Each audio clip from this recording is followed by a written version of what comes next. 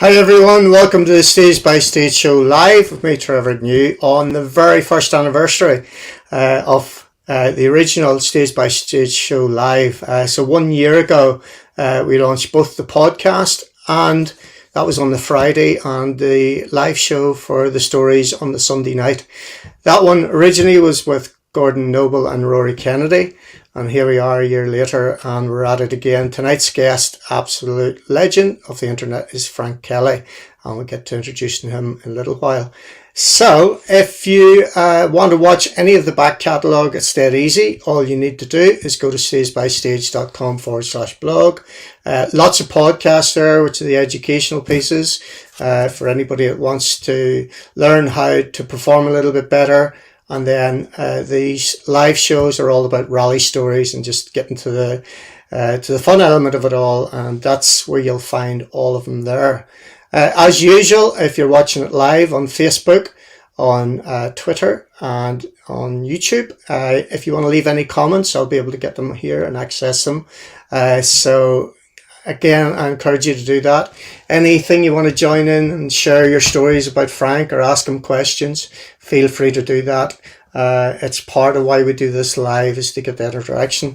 So tonight is, it's a long time. We did one on a Sunday night live. The last few have been on Friday nights. And now that people are allowed into pubs, in England anyway, from tomorrow, maybe it's a better idea to hold them on a Sunday night, but we'll see how that goes as we develop it. But we'll keep an eye on it, and all of that will come. So without further ado then, folks, what I'll do is I'll just share a little video here, and that'll introduce tonight's guest.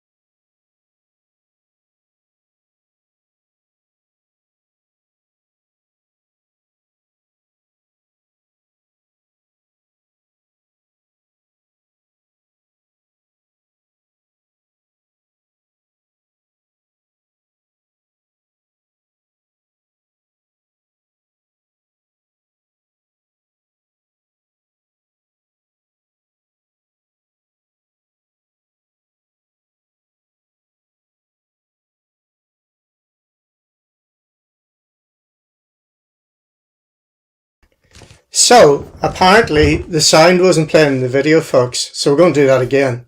Bear with me 2 seconds, because we definitely need the sound. I'll tell you what we'll do. We'll do it a bit later. You saw the video. Let's introduce the legend himself. It's Frank Kelly. Hi, Frank. How are you?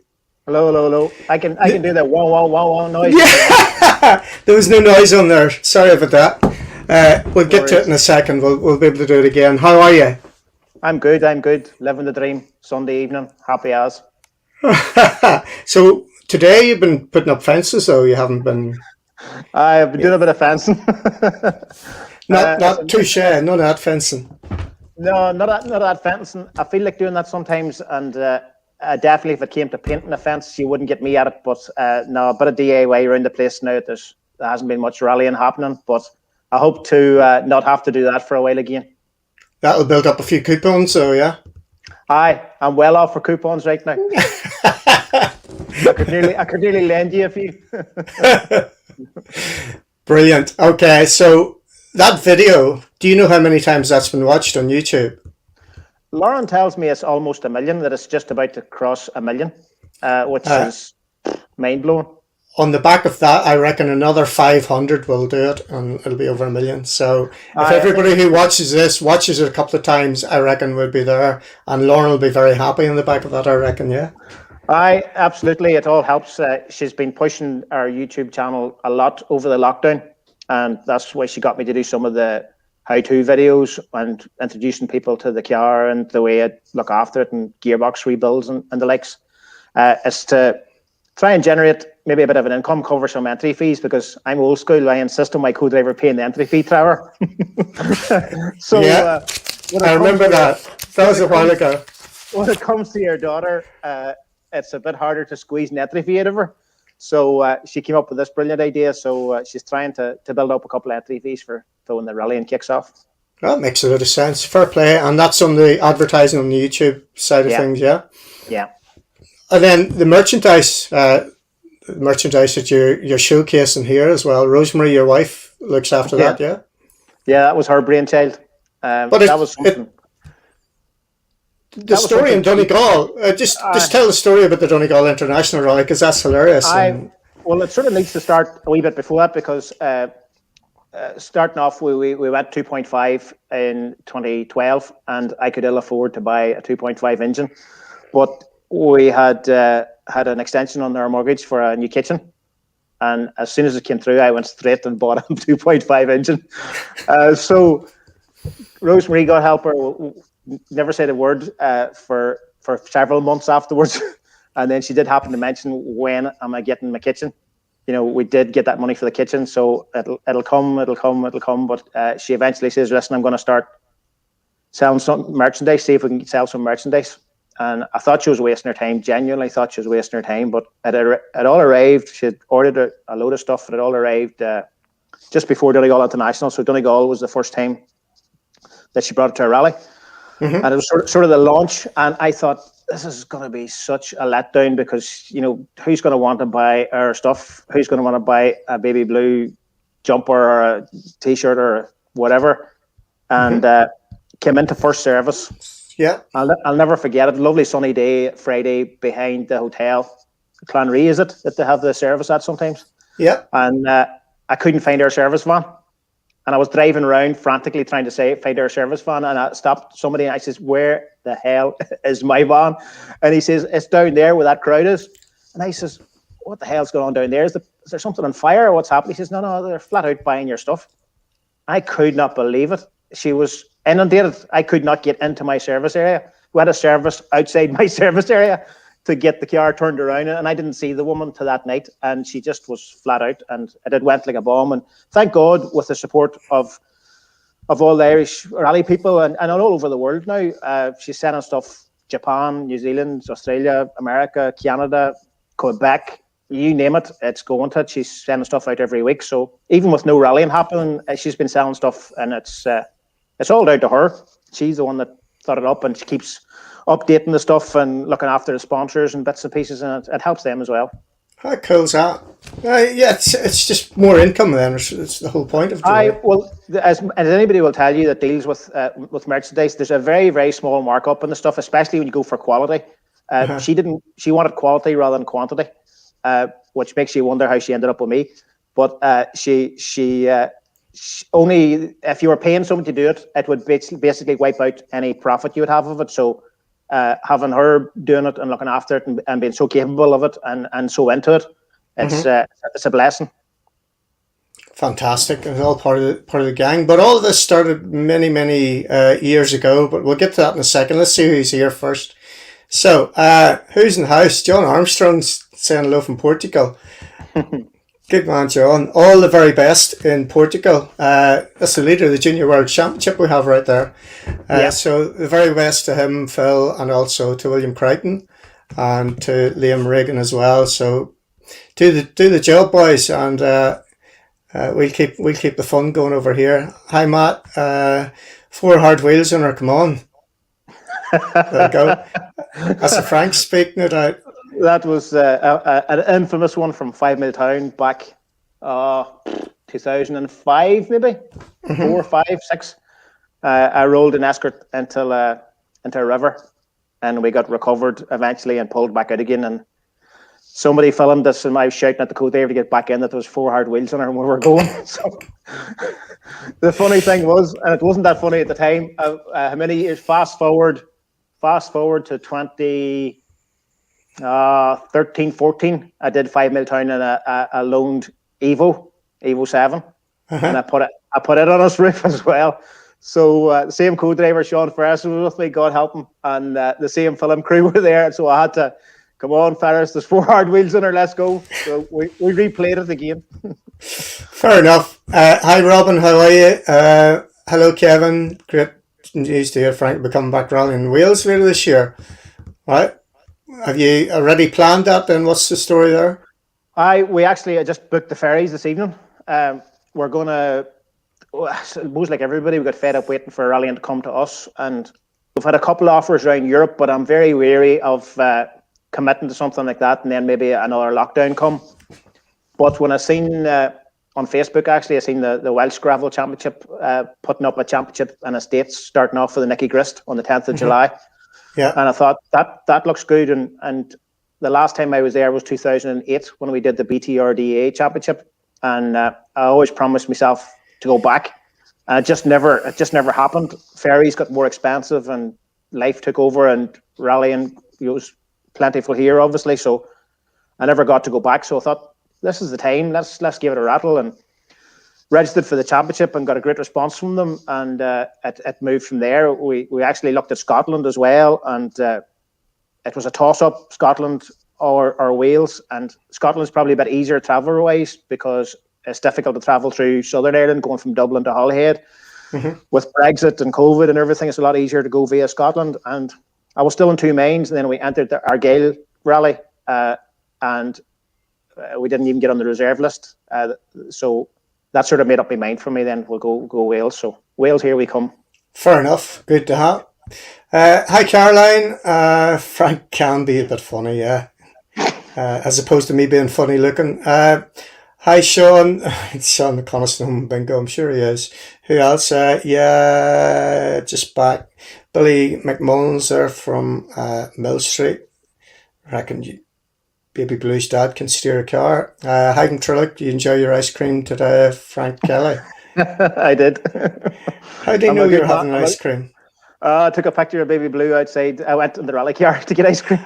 Yeah, so that'll explain why Fergus seen that as well. So you took the rally car out for an ice cream. Good man. I did. I was fed up with that fence, and I was taking a break, and the missus came out to see if I wanted a cuppa, and I says, I've got a better idea. I says, jump in the rally car, we're going for ice cream. And Fergus's place over in Benburb does fantastic whipped ice cream. And I am a complete addict to whipped ice cream. So we went over there, and it's only like 4 or 5 miles over the back road, so there's less chance of getting into trouble. So drove over there, sat down and had our ice cream and watched people walk around Baby Blue, and then left in a blaze of blue rubber. 4 or 5 miles, that would have taken you, 8 or 9 minutes, I know, something like that.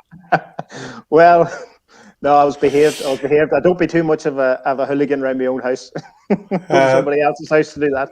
There's plenty of people hear that car around the Moy. You going to mull? No, since we then committed to Wales, there's a round that clashes with Mull. Unfortunately. Okay, it's fair enough. That can happen. Hi, Steve-O. There you go. England. Many crews be home there, heads between their knees, Frank and crew sometimes put baby blood black on tar after being wrecked so many times. I've lost count of the many times I've been bad to that car. She just keeps coming back. She's like a Tonka toy. Hopefully we'll keep her coming back. It's painful when it happens, but it's part of the deal. My driving is sort of erratic at the best of times, so shit's gonna happen. Yeah, that's it. Shit will happen. Good man, Frank. Nice to see you out and about. Brand Burns saying, hello, Frank. Great to see you on here. Hope to see you in Baby Blue sideways as usual on the stages. Used to love to see you in the woods. What a driver. East Coast Rally and West Cork boys are here. So you were on for the West Cork Rally as the last time we saw you, but only for 15-20 minutes ago. And I said then we definitely need to get you back to tell some stories. And there's plenty of stories in you as we go through it. Right, I'm going to have another go at sharing this video because I definitely need to get sound on it. So bear with me just 2 seconds and we'll get this set up. And hopefully this time it'll work. So this is the Fast Sideways and Mental video on Frank's website. And we should have it ready to go now. Let's have a crack at it and see. Okay.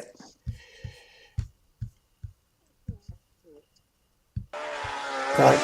Can you hear it? Sounds better. Yep. Go 40 out of that, then to a flat 2 right, then go 80 past the white wall. Flat 2 right here now, keep her going 80. To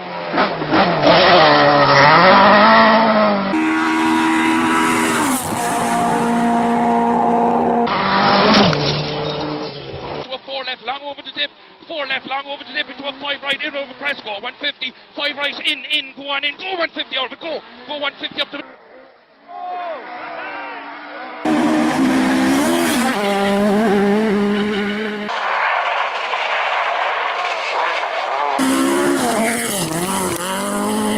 Right, take the white lines around the bales.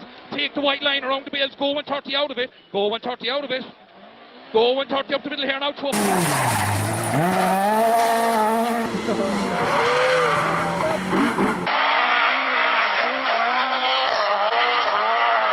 50. Go 650 out of this for me. 650 down the middle here now to a 3.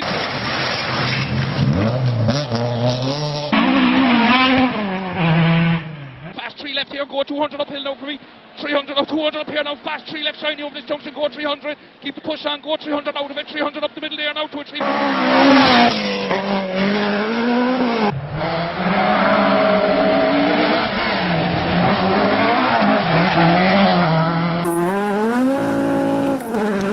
Keep the push on, 200 downhill for me brother, fast 3 left then go.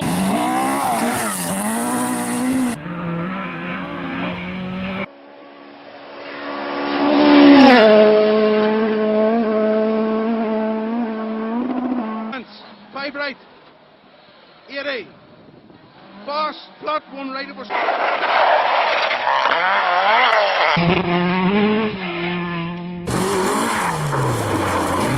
Right, now fast 2 left here, now it's all flat up here now into a flash 1 left, flat 1 right line, go 300, keep the push on all the way to the chicane.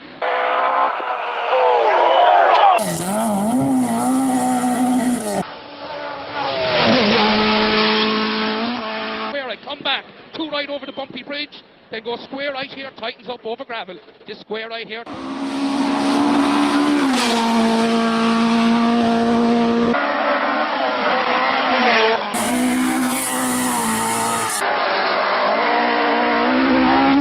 Left, only 20 fast square right.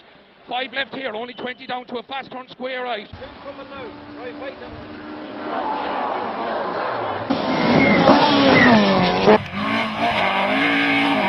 5 left, tightens up small but at the wall and a 5 left. 5 left here. Now go 40 uphill for me to a turn fast 4 leg over the crest.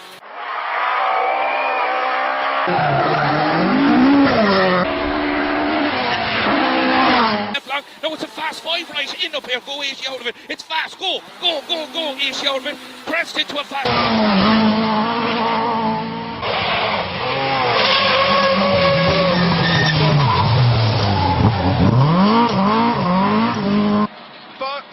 it, 60 after it, stay middle of a press jump, flat over the finish. Flat, flat, flat, flat, good man.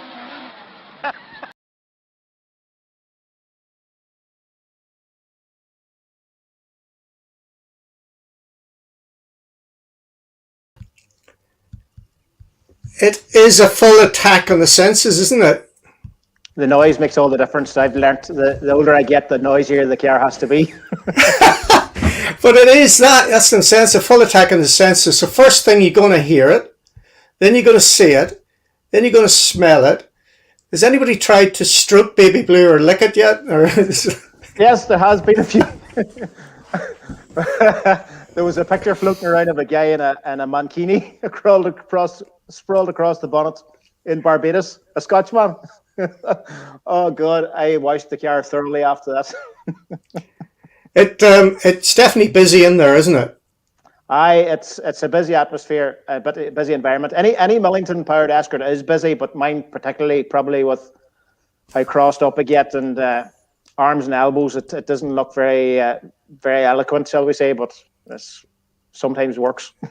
It certainly makes an impression. You can see, if you put it in order, if I was listening, anything, if you talk to people, so it's Baby Blue, internet sensation, Mk2 Escort, rally legend, then Frank Kelly, then international rally driver. So that seems to be, if you're tagging you, that's probably, is Baby Blue more famous than you, do you think now? I would say so, probably is.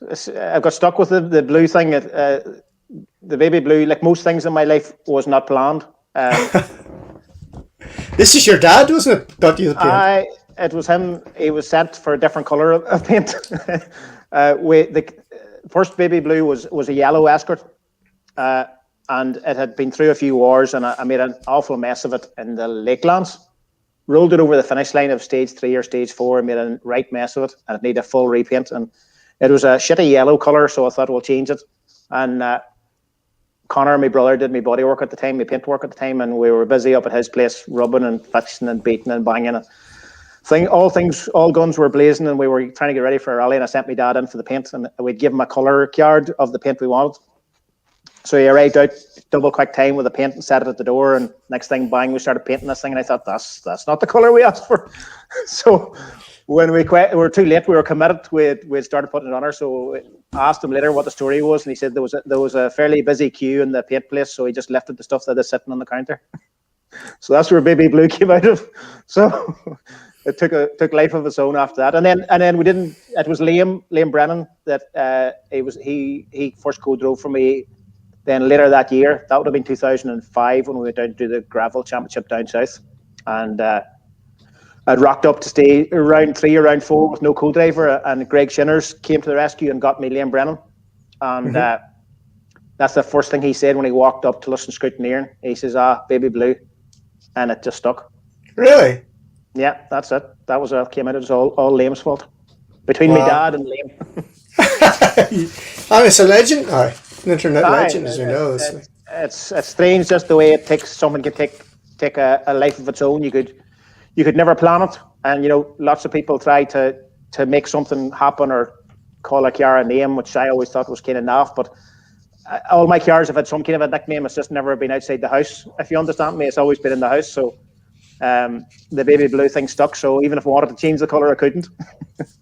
You can't. But why would you want to change the colour of it? Like, as a brand now, effectively? No, and to be fair, I get it by the 25-litre drum. And it's really easy touched up with a brush. There's some lovely colours out there, but they're not easy matched, and they're hard to. You have to spray paint everything. A lot of time, Baby Blue goes about with a lot of war wounds, shall we say, that people don't see because it's painted over with a brush, 2-inch brush. It makes a lot of sense to me. And there has been the odd time when you need to do that over the years. There's been plenty of it, especially when it's a busy season.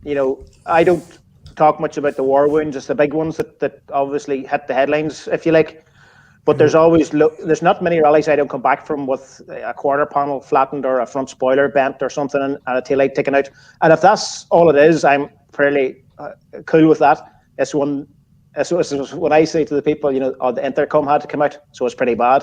And what do you mean the intercom had to come out? That means she's been on her roof.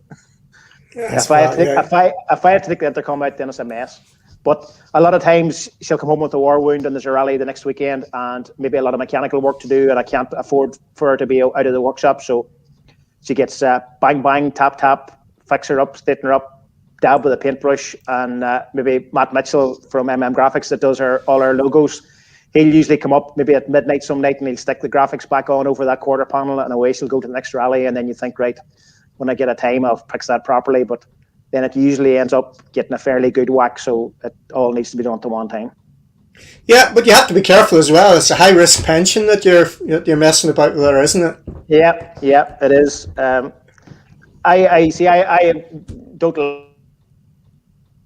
in every way. Generally, I'm a careful person. You know, I'll be careful with what getting into debt just scares the life out of me. So I don't want to get into debt and I do this, that, and the other, and I'd be careful with stuff. It's just when I get in baby blue and get the helmet on, I turn into this other person, and I really look back sometimes and wonder what the hell was I doing, or what was I thinking, or was I not thinking? It's just not like me to do the things that happens when I'm in the car, and I don't know if it's pulling the helmet on that flicks a switch or what it is, or the smell of the fuel. And people even say to me now that Lauren co-drives for me most of the time, are you not worried about your daughter being in the car? And genuinely, between rallies, I do think about that, and I do think about the safety a lot more. And even things like WRC controls do a fire stick now. Fire is always something that petrified me, and I've got 2 of them for the car. And there's a new lifeline extinguisher going in. I'm just not even going to service the old one. I'm just going to put a new one in. Just all them things because Lauren's in the car more so than anything. But as soon as 5, 4, 3, 2, 1 happens, she's just a co-driver, and I don't think about safety. I'm not proud to say that. It's just the way it is. I think if you did worry about things like that, you shouldn't be at the sport. You just get this feeling of invincibility. Way back in the day when I started in cars and stock car racing and any kind of motorsport, a cage was very much an optional extra, in my opinion. If you didn't need a cage, I would have not put any cage in. But as years go on and you get older and let's say wiser, so people don't laugh, but you do start to think about things. You do start thinking about the cage being right and the seats being right and the harness being right and all the safety aspects, because unfortunately we've been at the scene of a few accidents where things just didn't end really well, and you just think, right there, we need to rethink this and we need to make sure that's right and go again. Yeah, well, that makes sense, and I get the whole thing with Lauren, but at the same time it's no different to the road racers, which we've talked about before. The road racing families, motorbikes we're talking about here, and it's part of the family. It's part of everything that you do within the Kelly family. Yeah. That's your life. Oh, it is. And everybody buys into it. Everybody goes on the journey. Everybody enjoys it in the same way. So I don't know what's going to happen to me when rallying quits, because as lifetime goes on, you realise that there's not going to be that much more rallying left in me. And probably when I think about maybe building an historic car, historic Escort, and doing less rallies. I've been saying that for 6 or 7 years and keep putting it off. But that's probably the way things are going to go in the next few years, possibly. And that at least will keep rallying going. But I don't know if rallying stopped in the morning, as it did with this pandemic. It's amazing just how much rallying takes up your life. Like the conversations around our dinner table are invariably either start or finish with rallying or are completely about rallying. And it's a running joke about our place, but everything's valued in tyres. If somebody wants to buy a pair of trainers, it's a full tyre for a pair of trainers. It's going to take a full tyre to buy a pair of trainers. That's not going to happen. It's the Kelly currency. The Kelly currency is generally tyres. I wonder how many thousand of tyres you've gone through in the 20 odd years as you've been rallying. I consider myself a recycler. I recycle them. Generally, when I'm finished with them, I have a list of customers to buy them. So I try not to completely kill a tyre, except where you're in the likes of San Marino or something where it's compulsory. But genuinely, at rallies, we take off tyres, and it's not because it's done. It's because it's got life to sell now to someone. And I do have, between other rally men and circuit racing men and stock car men and bits and pieces. So I recycle them. I'm doing my bit for the environment. That's good though. You have to have a close relationship with a tire company of some description, and over the years I've been lucky to work with different manufacturers. It's getting harder and harder these days, especially as clubmen, to have any kind of connection with a tire company, but you do need to have something happen in the background to sustain it, because it's as a clubman, it gets quite crazy, and that's why I haven't been doing much gravel. 2018 was the last gravel rally I did at home, and I love gravel. I am first and foremost a gravel man. Mm-hmm. But the tyre bill, especially in the Millington powered Escort and the gravel, is just horrendous.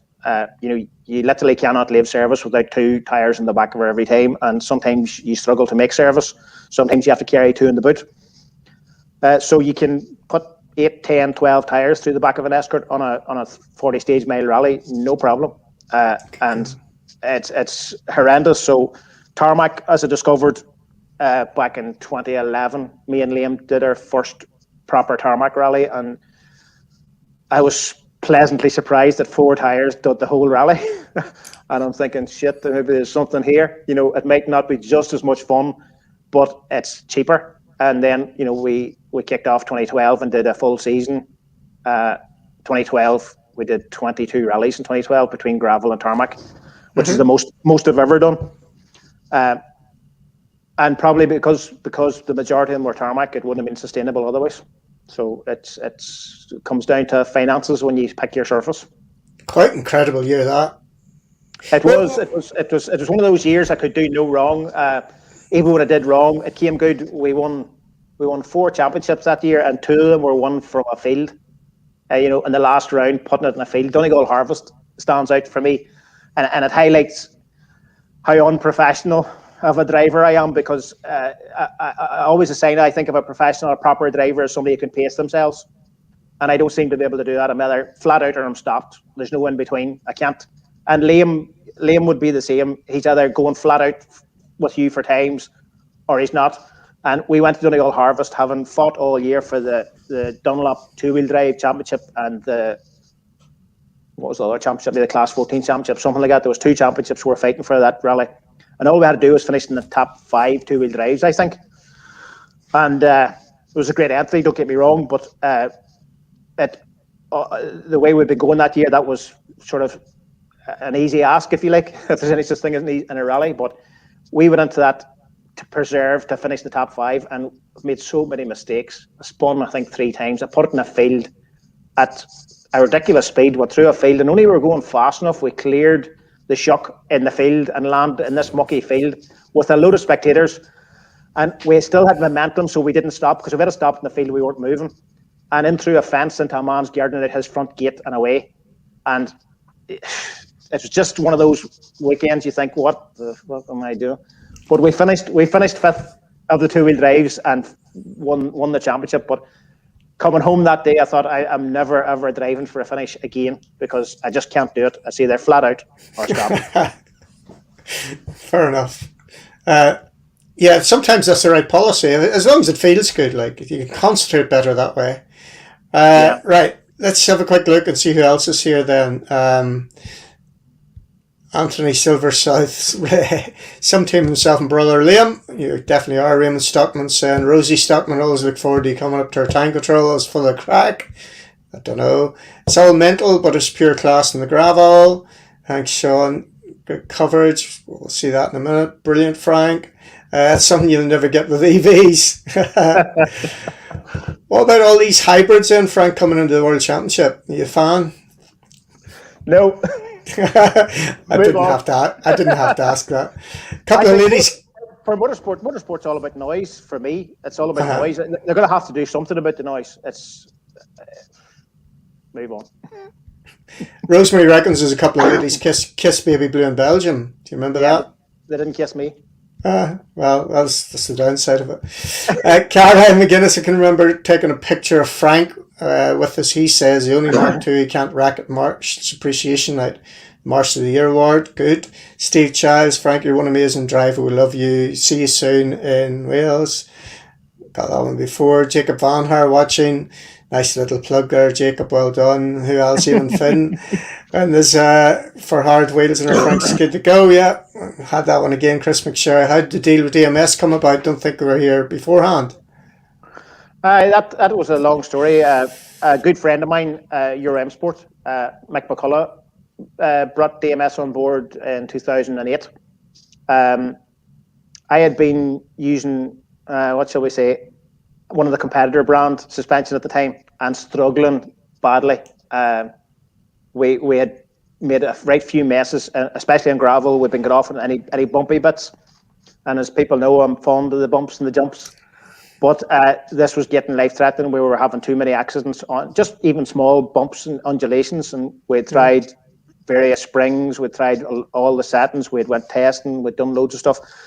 I was just at a loss of what way we were going to drive around this issue. So it was mostly with the back of the car and rebound problems. So Mick came up with DMS, and I'd never heard of DMS Drummond Motorsport Suspension manufactured in Australia. And I genuinely thought, well, what would the Australians know about a Mk2 Escort in Ireland? What are they going to know? Yeah, it's a fair point. And out of sheer desperation, I thought, well, how bad could they be? I was genuinely not enjoying driving the car at the time. It was always heading for an accident. So Mick came on board and said, listen, we're going to send you over a set of these 4-way adjustable suspension remote canister, and it's sale or return. If you don't like them, you send them back. And I thought, well, you can't say bad, fair in that. So took them, bolted them in, didn't take her out to the garage, bounced the car up and down as you do at the back, bounced her up and down. I thought, there is virtually no suspension on that. This thing, I can't drive it like this. It feels like there's no shock absorber there. So rang Mick, he rang Australia, they rang me and had this conversation. And he's, as Australian, Jamie Drummond, as I got to know him well, he says, have you driven it yet? I says, no. He says, why? And I says, because it just feels dangerous. He says, you drive it. He says, you will have a bump somewhere that you test on. I says, I do. He says, take her to that bump. And he says, then ring me back. So I took her to that bump, and that bump was out the road here, but it's a clear bit of road. You can see where the traffic, and it's dark at night. You know there's nothing there, and it's a double crest and a slight kink. On a good day, great grip, right tires, everything going well. It's a fourth gear bump. So I went back and forth over it 6 or 7 times that night, and on the way home I was flat in 6th gear out over it, never even thinking of lifting the foot off the throttle. And I forgot to ring him back. I just went to bed buzzing, thinking, oh my sweet Jesus, this is unbelievable, this car. Just one of those eureka moments, and I've had a couple of them in my life, with rallying, where you get a eureka moment where something just goes bang and just moves the goalposts. Like the first time we put a Millington in. And told Mick what was happening. I said, Jesus, this thing's unreal. We're going to go rallying. And we had a couple of great rallies afterwards and we kept moving the goalposts. We kept going faster and kept tweaking. And eventually I rang the Australian maybe a month later and he says, I thought you were dead. he didn't ring me back. Good point. Yeah. He didn't ring me back. And he says, Mick didn't tell me either. And he says, I was afraid to ring you guys. But that's how it all kicked off. Fast forward until last year, the poor man was killed in a road accident. Jamie Drummond was retiring and had worked out his retirement, and I'd went and stayed in his place and everything in Australia, and he gave me some education on the suspension and showed me the building process and all that there, and I look after suspension for people, and it was devastating. He had planned his retirement. He had an old restored Holden, and he took it to an MOT station out there, and part of their test is that you take an instructor out for a drive around the block, and on their way back they got hit from the back, and both of them died on the spot, him and the instructor. So that unfortunately brought that to a sad end, but I'm still running the suspension. It's just it'll not be developed anymore. Yeah, got you. What a story. Yeah. Mr. Mitchell's in the building. Having a laugh. Yeah, he is. 400 wheelers. Them two are so lucky to know me. Yeah, I think that's the right way around, isn't it? Frank and Liam, most entertaining rally crew in the world. Even Ocean Price is here. Frank and Lauren, top fellow competitors. Great battle in Belgium 2018 before our car started to sound like a penguin stump. Perkins stumper. Perkins stumper, yeah, helped us push a car over the finish. No better man to do that. Langer. And Hello, Langer. Yeah. A real gentleman around the service, no problem with a chicken to sit in baby blue for a photo. Top man, okay. Can't do it. Banner McKilty. Who else have we got here? Good man, Frank. Right. Okay. Let's go back. So if you want to know the detail about Frank, what you need to do is get on to Kevin Glendenning's Crunch Gear podcast. I think it was the 3rd episode you did a fair bit of detail with Frank. But I'd like to go back anyway, just to, for this audience, maybe hasn't listened to that, just to find out the initial interest in motorsport. And then we'll just bring it forward and we'll see what pace we go at. So right the way back to when your dad used to compete and you were smelling Duckham's oil and all sorts going on back then. Back in the day, well, my dad's a mechanic and at a garage, and I was always brought up around cars, and we were always playing in the garage and getting in the way and that kind of thing. And there was a few rally cars around as well. There was a few Mini Cooper S's came in to get midnight roof repairs done for a rally and one thing and another. And he took me to Fintna Hill Climb, and I really can't remember. I would have been maybe 6 or 7, maybe 5, 6 or 7, something like that. But I remember the smell of the racing oil, and that stuck with me. The racing oil was unbelievable, and just thought I have to get involved in this some way, shape, or form. But it always felt so far away, these meticulously prepared rally cars and hill climb cars and things like that. And then later on, my dad got involved in stock car racing down in Omagh at Blythe track, which is actually recently reopened and is doing really well. So the choice of vehicle at that time was the Volkswagen Beetle was the weapon of choice. So we used to work at it and get it going, and me and my 2 brothers used to help getting the car going. And then I was probably about 10 or 11, and then I got to do the junior racing. This sounds like a Peter Solberg story. You ever heard his story? Him and Henning did the same. Minus the money. They didn't have money back then. So that they were into the same thing. I didn't realise that, but well, obviously Peter's not nearly as good looking as me either. But he could dance a little bit better than you, maybe. He could dance a whole lot better than me, I would say. So that's where it kicked off, and the stock car racing was very rough and ready. As in rough and tumble, and there wasn't a whole lot of law or order or rules about the place. It was survival of the fittest. But I so enjoyed that environment, of the survival of the fittest and fighting your way through, and you didn't ask for anything, you didn't get given anything, you just fought your way through, and it got me, more into the performance side of it. What made a car go fast for small money, adapting Land Rover wheels onto a Volkswagen Beetle to get the big tires on and get the gearing right, and all those kind of things. And by the time I was 15 or 16. They threw me out of the junior racing and put me in with the seniors, and Jesus, they were rough boys. There would have been a few fist fights as well, at the end of races and one thing and another. But when the whole thing was done and dusted, everybody was 100%. But it got out of hand a few times, and it sounds like Shamrock Park to me. Maybe something like that, I suppose. But it was great crack, and really enjoyed it. But that's where I cut my teeth, and that's why I suppose I started off in gravel. That's why I would still count myself a gravel man, because it was a loose surface. It was basically a quarry, an oval quarry, and a real good surface to race on, no matter what the weather was, and it still is. I had Baby Blue up at it there. Was it last year, or the year before, at a charity thing when they reopened the place? They asked me to do a few laps, and it was a real trip down memory lane. To arrive back there after all those years, to arrive back where my old stomping ground, basically. So. That's kind of the way it worked out. The Volkswagen Beetle was still the weapon of choice before I quit, and the last time I had one out, I had an Alfa Romeo 2-litre twin cam in the back with a set of 40s on it, and big 16-inch Land Rover wheels in the back and 13-inch wheels in the front. It looked like a complete Mad Max thing. She's getting top heavy now then, yeah? It was ill handling, very ill handling. The steering wheel just held you in the seat, basically. It was to hold on to. You did all the steering from the rear. So that probably, again, counts for some way that my driving is these days. But very enjoyable. And nowadays, there's a whole lot more rules and regulations. Nobody was killed, as far as we know, in any of those things. So it does disappoint me sometimes when things are tied up so much in regulation and health and safety and all these days. But that's the way of the world. Yeah, no, I'm with you on that. Modern road cars now, I'm talking even 15, 20-year-old road cars now, they're strong as hell. There should be no excuse for being able to drive your car to a hill climb or a sprint, put the belt on and off you go. Like I definitely think there's room for that type of just getting in and doing it. Run what you brung. Yeah. And you know what, Trevor, the weight of the car sort of tells you how safe they are, because cars are a lot heavier now than they used to be, and that's probably why the Mark II is still as competitive as it is, because it's inherently a light car. Ford found that out when they went with the Mark III Escort. It turned into a heavier car, and later on with the causeways and everything's getting heavier, because there's more safety bars and more structure and stuff. So you're right, they're inherently a safer car.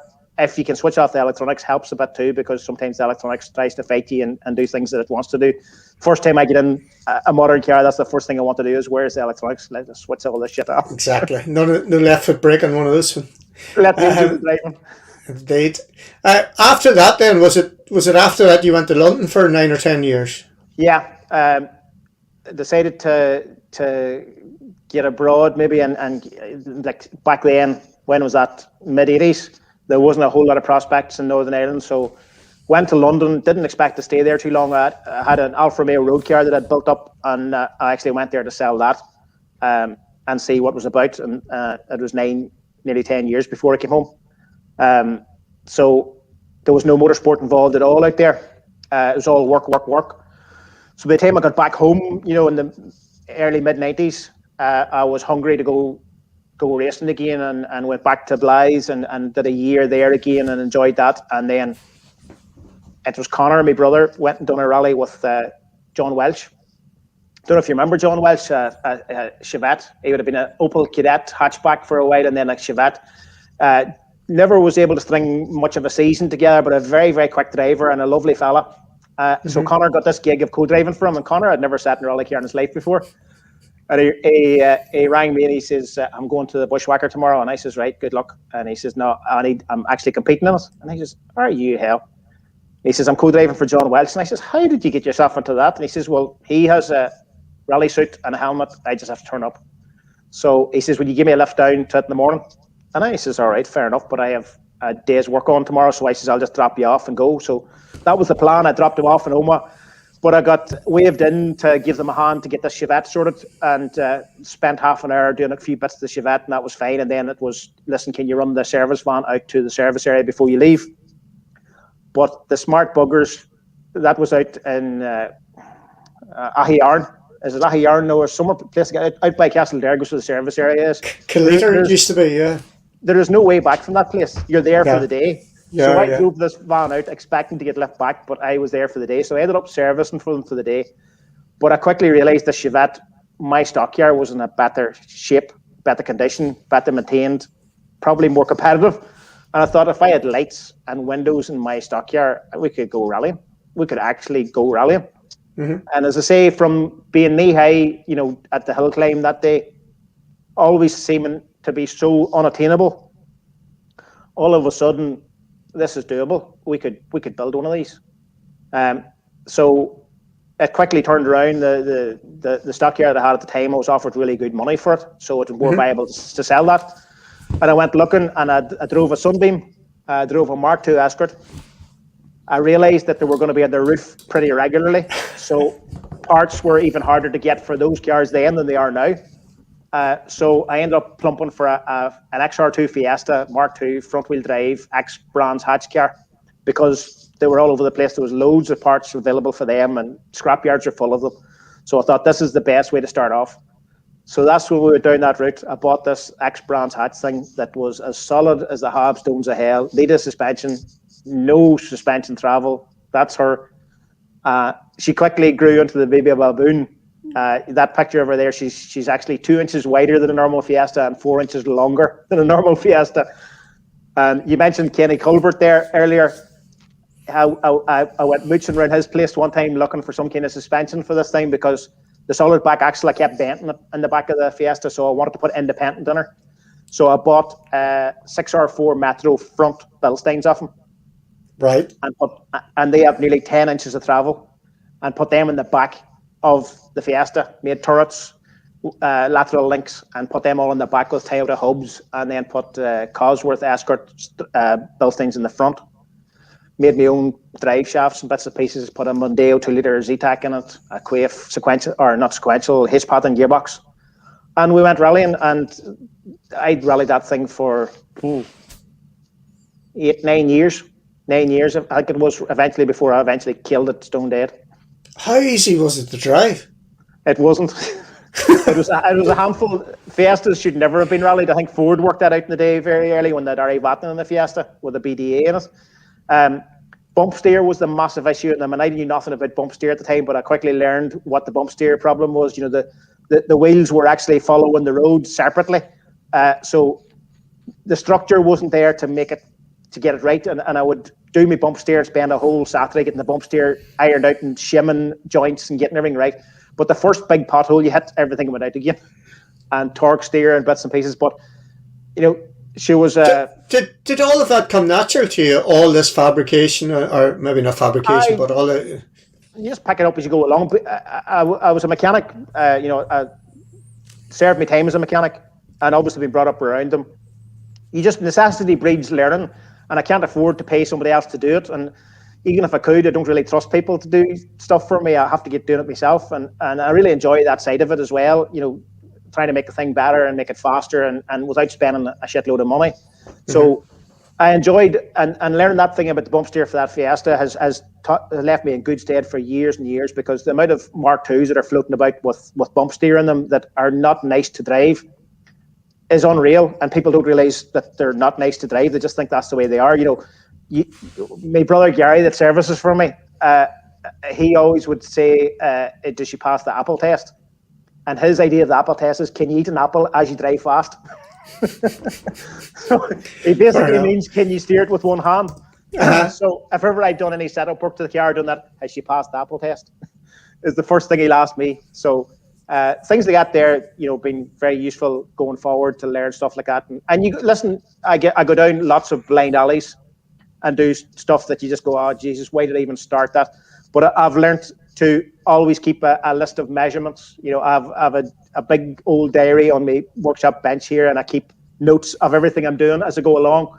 And if I do go down a blind alley, and I say this to people with remote canister suspension, if you're tweaking at your suspension, always keep a record of what you do. Because if you do go wrong and all of a sudden, you know, 3 rallies later, you go, this car is driving like a piece of shit, go back to when it felt good. Back to base. And reload those settings again. So I do that with a lot of things in the car, you know, even changing compound to brake pad or different tires. We've run different pressures. We've run on a different tire on a different type of day. Try and keep a record of that stuff, because you're never going to remember that. I'm certainly not going to remember it. And geometry is the same. You know, Ali Burrows Motorsport does my geometry, and he's the only guy that I let touch the car, really, apart from Robbie Thornton that does the mapping. And he's even more anal than I am about the way the thing has to be. And many's the day I've been squealing at him to let the car out of the shed because it's near enough. No, near enough's not good enough. It has to be right. So, and he's right. You know, it makes a difference. Them wee things, even in your head, it makes a difference as you're driving it back up the road. It feels better, even if it's not better. In your head, it feels better. And as you and I know, rallying's all about confidence. You know, you have to have confidence in the machinery. So it goes from there. Amazing. So the Fiesta, you were able to buy taillights with a bucket load, weren't you? Aye, Tony Donnelly Breakers down here. He used to feel sorry for me, actually. For a long time, he used to hand me the bucket when I came in, but then I got my own bucket because it was slightly bigger and I could put 2 more taillights in it. That's that recycling again, eh? Yeah, recycling. Kelly Motorsports does environmental. I had to reshell the Fiesta in the middle of all that one time, and he had a lovely white XR2 in for braking, and he actually rang me and he says, I have more taillights. And I says, great. I says, you wouldn't have a shell? And he says, I have a lovely white XR2 came in the other day. So I says, right, I'll be down on Saturday. So we're down on Saturday, look at this white XR2, but you see with all the arches and everything goes on, when you took them off, she was clean stinking rotten. Sills and everything was rotten. But there was this little grey Fiesta van sitting under the tree, covered in bird shit. And it was a Southern Registration ex-post office van. Really dirty looking, 1.8 diesel, oil everywhere, a real messy looking thing. But you see, when we lifted it up with the forklift, it was mint. The body, because of the oil had been leaking so much, it was mint. And that cost me 30 quid, that shell. So that did the last 5 seasons, I think, in the Fiesta was a 30 quid shell. It came to quite an abrupt end, though, didn't it, that car? It did. It ended badly. It was bad. It was bad. Joking aside, it wasn't a good one. No, it wasn't. It was a wee bit life changing, I suppose, for in my own head. It was one of the hardest ones to come back from. It's the only time I've ever broken bones in motorsport. I've hurt myself loads of times, and you have a sore arm or sore rib cage or sore head or sore neck. Sore neck before the HANS devices came in was a big thing. I always had a sore neck after these messes. But the last one of the Fiesta, now it was a hard hit. We had a 3 pretty much head on. And I didn't even get lift my foot off the throttle. It happened so fast. And we just hit it at whatever speed we were doing. I don't know, 70, 80 mile an hour, whatever it was. But it was just a mess and was knocked out for a while. And it was hard to know where you were. Your phased when you came around. And Navigator went missing. Fintan McGuckin was the main man at the time. And Fintan's a great lad and a great co-driver and a good friend. But he was in deep shock and he had got out of the car before I came back around. I think he thought I was dead. But just it was scary when you come around and the co-driver's gone, the windscreen's gone, your harness is broke, and you're not right, and your foot's trapped onto the dash and it's still on the throttle, and then you're starting to think, is this car dead as well? And you can see the gap between the door and the roof is big enough to put your helmet out through, so you know the car is dead. So then it's back to where's Fintan, and then paramedics arrive on the scene and other crews, and when another crew looks into your car, and I'm not mentioning his name, but the fellow that's on behind me, a good lad, get on fierce well on, but look on his face, and he looked into my car, looked at me, it just scared the shit out of me when I seen look on his face, Mm-hmm. But luckily enough, when I eventually got myself out of the car, I couldn't feel anything from the neck down, but I was fit to walk and talk and slobber and do the usual. And the found Fintan, he was about 3 sets of threes back in on the other side of the road, in total shock and not fit to speak. But I did my usual stupid thing and signed us out of the paramedic truck at the end of the stage. They took us to the end of the stage.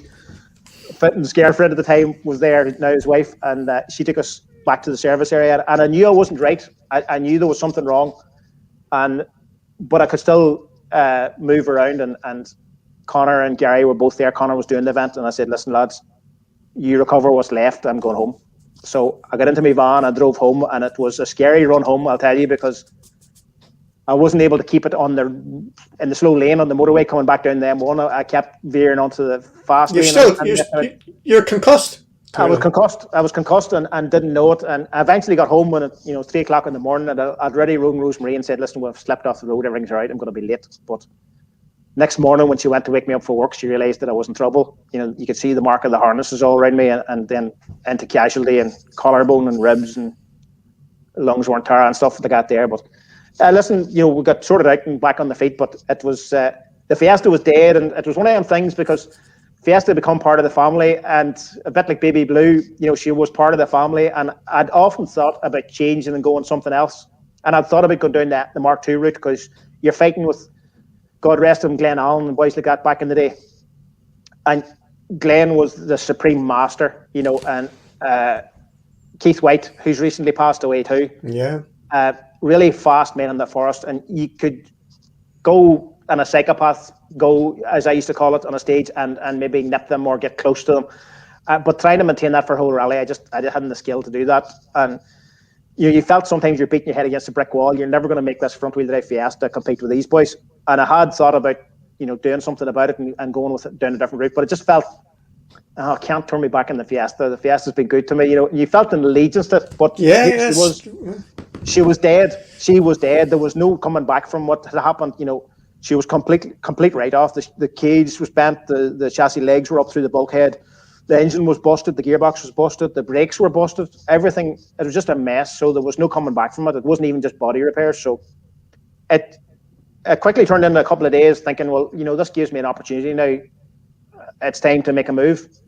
And I went strapped up with this cross brace on me down to Donegal to drive an Escort. Oh God, was I stupid or what? I couldn't even get my hands on it. What was I thinking? But drove this Escort up and down the road and did a deal and bought this red Escort, 16 valve, 2 litre Vauxhall. Decent car. Not many decent cars come out of Donegal. But controversial. Frank said that, I didn't. I've said it more than once. Decent car, but just didn't gel with it. But looking back, I just wasn't right. My head wasn't right. Physically, you heal up, but every time we came down again, like a three-laned bit of a stage, just wasn't comfortable. Just wasn't comfortable, and I only did maybe a handful of rallies in that, and I thought this rear-wheel drive must be the problem. But it wasn't the problem at all. Because when you think about it, I'd started off in Volkswagen Beetles, which are rear-wheel drive, and Escort was a whole lot more drivable than a Volkswagen Beetle, but it just wasn't comfortable. So Kieran Grafton, because this is a weird decision now. You're going for an F2 kit car now, Gordon Spooner kit car. Is that right? It was a very early thing. Kieran Grafton had advertised this F2 Escort, and that was sort of something I always aspired to. One of the Fiesta, you thought, if you had a proper front-wheel drive car, because I still believe the proper driver in a front-wheel drive F2 car, I'll beat any two-wheel drive car through a forest or on tarmac. It's the quickest two-wheel drive way to go.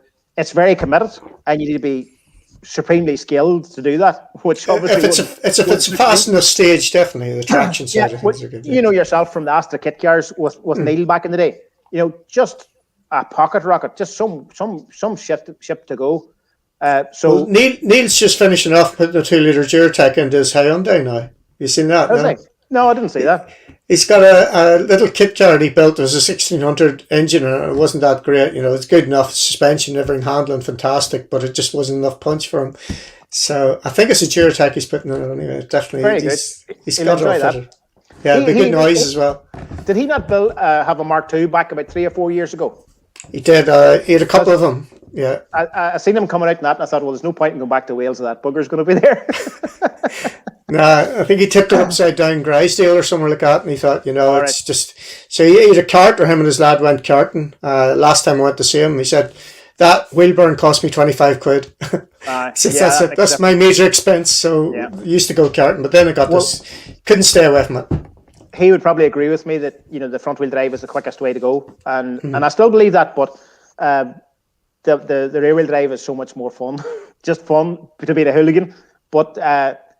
we went to Kieran Grafton, did a really tight deal that evening. Me and Kieran got on fierce well, but I brought the Escort up on the trailer to trade in against this F2 car, and I had her off the trailer and on the trailer twice that night before we eventually shook on a deal and got the deal I wanted and home in the F2 car.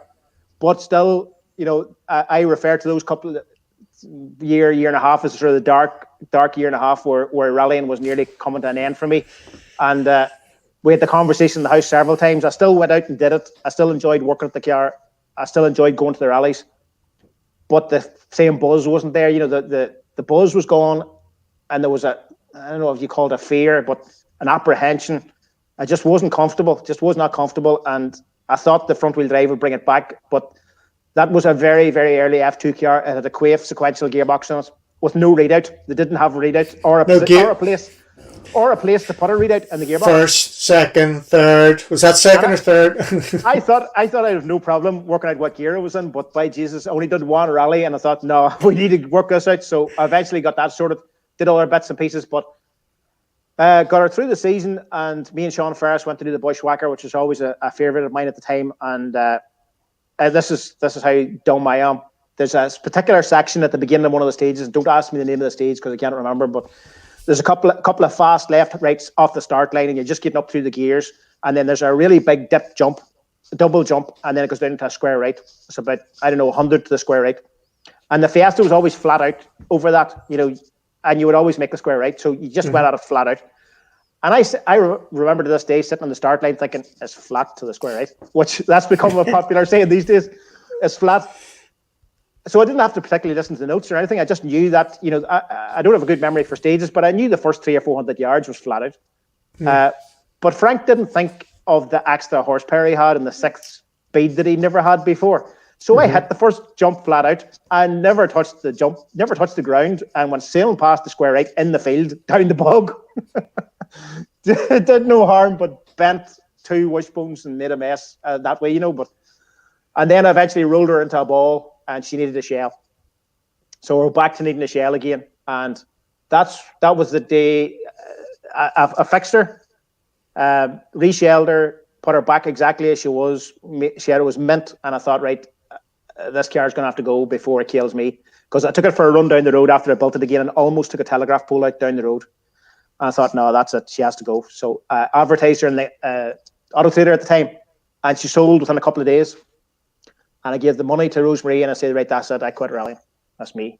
Full retirement. That's it. Finished. That was 2003. That lasted 11 days. Mm. That was a long time then. You get over a week. 11 days in my life is a long time not having something in the garage to fiddle with. And I sat and watched Coronation Street for the second evening in a row, and she got fed up with me asking who was who and what was what and why was he married to her but sleeping with him and all this kind of crack. And she says, go and get a rally car. You know you want to get a rally car. So went and bought the yellow Escort that we were talking about earlier that ended up with the wrong colour of blue on it. Yeah. So that's where it all kicked off. So that was the start of the Mark II proper. Yeah, it's funny because the red car, looking back on it, there was nothing wrong with the red Escort that I bought in Donegal, even if it did come out of Donegal. There was nothing wrong with it. It was me. It was totally me. And when I bought this yellow car, it basically drove it 200 yards and just thought, oh, yes, I like this. This feels nice. And it was a fairly ordinary. It had a 2-litre normally aspirated Cosworth, 180 brake maybe, a 5-speed dog box, a limited slip, obviously, and Bilstein suspension. Nothing special. It was straight enough, but not the best shell in the world, but a decent shell. And it was just something about it. And all of a sudden, the fun was back. We went and did a rally, and I had the most fun that I'd had in a couple of years. And it just went on from there, and I've had nothing but fun ever since. Big difference. Big difference. And I can't put my finger on it. It just flicked the switch back again. The fun was there. Then all of a sudden, it didn't have enough power, so we went and put a Duratec in. My first named engine, I went to Donnell Engineering in England and did a really tight deal with them for a new engine, and told them it was for gravel. It had to be all torque. I wanted torque. I wasn't that worried about how big horsepower figures. And it arrived, bolted in, the Duratec was relatively new to the market at the time, so I had to make my own exhaust manifold, had to make engine mounts, had to sort out a bell housing, so there was nothing off the shelf at the time to put them in. So there was a lot of work getting it in the Escort, but it was well worth it. It was a real strong, torquey engine, very reliable, and we won our first gravel championship with that car. And that's the one that Liam rocked up in. So she was very good to me. I was awful bad to her, but she was very good to me. Is it right that the original Duratec engine, I think, was a V6, that Porsche were involved in the design of that with Ford? It could have been. I know that Duratec that I was using is actually a Mazda engine. The four-cylinder Duratec is a Mazda engine. It's even a Mazda bell housing pattern. So it's just badged as a Ford. I'm assuming that Mazda did all the running. But the Duratec has quite a good breathing head on it, as standard. It has really good port sizes, because I remember Donnell telling me at the time, because I had the Z-Tech and the Fiesta back in the day, he was pushing me towards putting the Z-Tech in because he had developed them quite highly. And then I said, no, I think I want to go with this Duratec. So he says, well, the Duratec will give you a bit more torque. And I says, that's what I want. And that's what we went for. We then ended up, when I sold that car, we ended up with, I bought a white Escort, a Pinto Escort. And we put a 2-litre Duratec in it from Mountune. And was it was that another car there? That's it, yeah, Tarzan. Right. That's her. Again, not a really good car to me. It had been through many wars as well, but we won 2 or 3 gravel championships in that car. It just was a car that very rarely let us down, I let it down a lot more than it let me down. Engine never missed a beat and everything else worked great. We had a few gearbox problems back then with the Quaife dog boxes, but that was part of the territory. But she was the one that I went my first foray. Well, I'd been on one-offs before, but we went and did the BTRDA then in 2008 in that car. Silver Star, you won it that year, didn't you? Yeah, we did. It was a funny thing. We went over in 2008. Seamus O'Connell and Adrian Hamilton were talking about going, and I had great battles with them lads, and the great lads to go rallying with. And I thought, I can't let them buggers go there and me not be there to have the fun. I'll only have to listen to them telling me how good it is. So we went there purely to get a feel for it and think, right, well, if we get feel for these rallies, and then maybe we come back the next year and try and win it. But it just went well from the word get-go. The only major blip I had was putting it on its roof in the Woodpecker in September, which is, everybody tells me, is one of the best rallies there, but I only got to the beginning of the second stage and put it upside down, just a real stupid one where I don't know if they'd re-gravelled the section between the notes being made, but certainly in the DVD and everything, there was no sign of this gravel, but there was a real heavy lay of gravel on a fast 2 left, 2 right switch, and she just got out of phase and clipped the bank and rolled down the road. But apart from that, the season went really well, and we scored, I think there was 8 rounds in your top 6 scores counted, and we were 6 maximum, so it left us home and dry. Aidan Friel did that championship with me, and it was a real good voyage. It was great to get away somewhere else, and you feel very much on your own. Adrian and Seamus had various problems through the year, and they dropped out as the year went on, so it ended up us just going on our own, and you end up fending for yourself very much, and begging and borrowing and trying to get turns done here and there. And it is awkward when you're not at home and you don't have what I would call a Bobby Sharkey in the corner, or all these lads that have the part that you need and that will give it to you with a heart and a half. It's a wee bit different when you go away sometimes. Yeah, but it must have been mighty crack at the start of the year. 3 crews heading off to do that. First foray away. It was class. I actually used to look forward to getting on the boat in Dublin because you get a big fry up on the boat. So you would be racing each other to get up to the restaurant first to get the best of the feed. So it was a race from we would leave Tyrone till we would get back again. I can imagine. Always last minute, getting everything ready before you get to the boat. There was a few handlings now, I tell you. There was a few handlings, some I can't tell you about at all. But do you want to be arrested? Yeah. Fair enough. That was a hell of a year. That was 2008, as you say. So what happened next? The year after then, I was very much thinking of going back. But then the ferries, for some reason at that stage, they nearly doubled in price. It just took the shine off it, and I thought, that's not viable. That's going to mean sort of 2 less tyres per rally if you pay that in the ferry, and that wasn't going to happen either. So Scotland looked a bit better, and we went to Scotland in 2009 and 2010.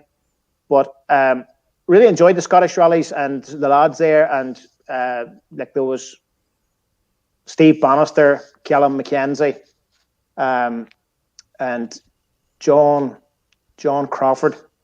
Mad man in a silver Escort. I remember him. They were very quick men over there, and some of the Irish lads went over as well. But we never really got a clean run. We were thereabouts several rallies, but we always suffered punctures.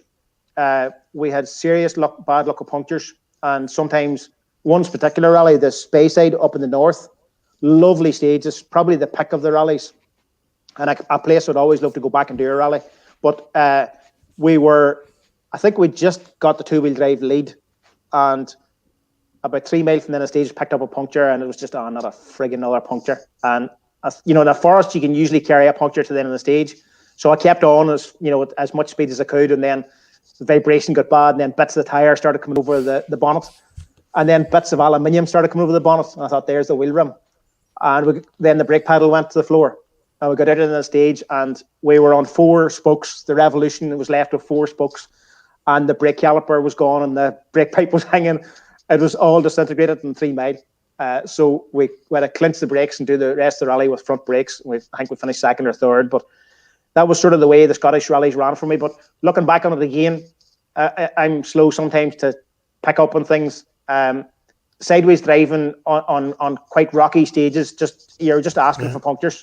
Mm-hmm. And sometimes you would try and drive straight, but that would last half a mile, and then you're back to your Atlantics again. And just the way you feel comfortable driving. So all my own fault, but it just didn't suit a sideways style of driving, essentially. The note system was quite different over there. The supplier of the notes wrote their notes differently. Mm-hmm. I'm not saying they wrote them wrong. They just wrote them differently from what we were used to. You weren't used to them, yeah. They wrote them assuming you were taking a cut, cut in the corner. Whereas at home here, there's not much cutting in the forest. If you take a cut, you're taking a wheel off. You don't cut. So there's not much of that. Anytime I cut in the forest here, it's accidental. I'm already in that trajectory and I can't stop it. Mm-hmm. But over there, the notes tended to allow for a cut. So, on the road, if I stayed out on the road and didn't take that cut, the note didn't fit.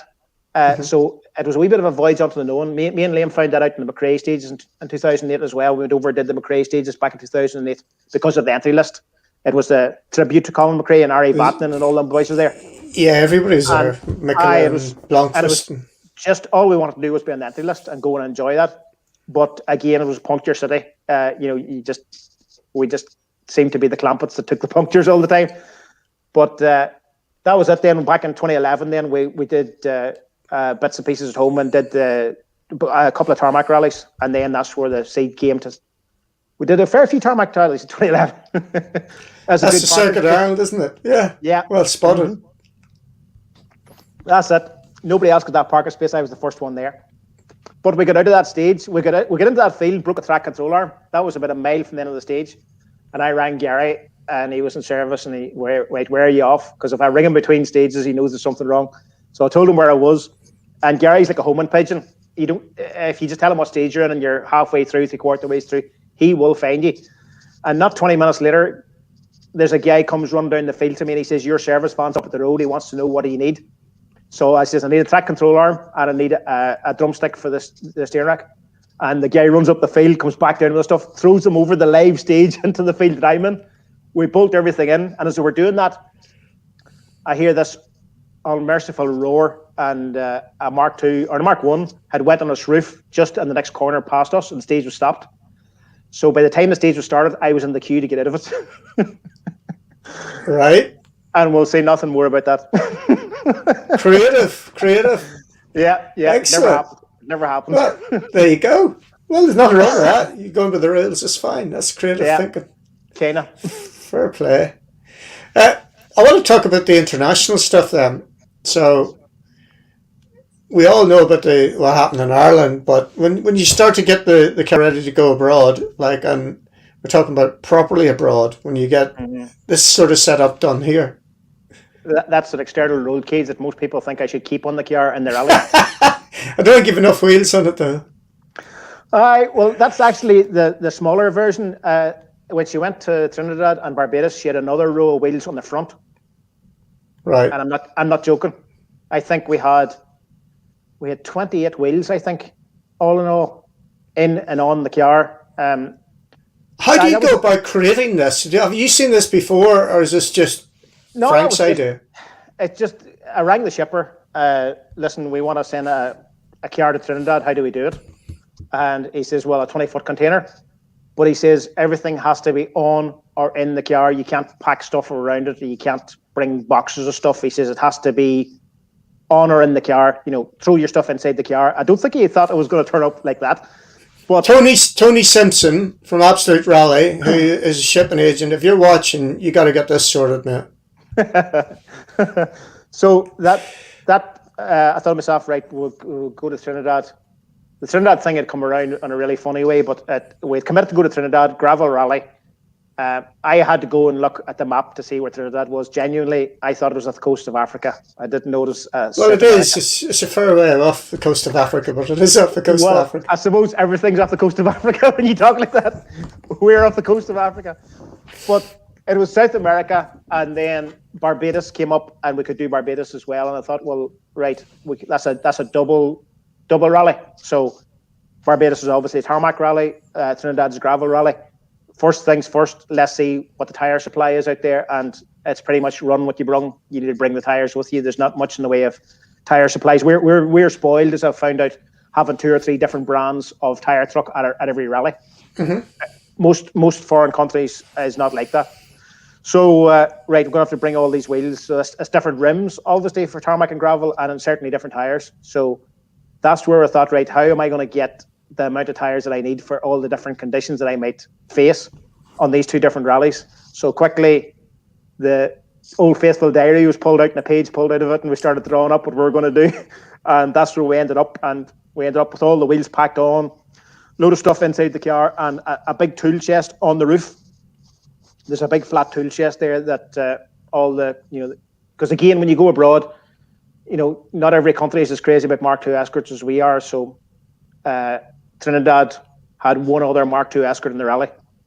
So I realised it was a very different spec. He had mostly Nissan running gear in his car. So because I actually found out who the guy was and got in touch to see what the story was, and he says, "Listen, you're going to need to bring your stuff with you."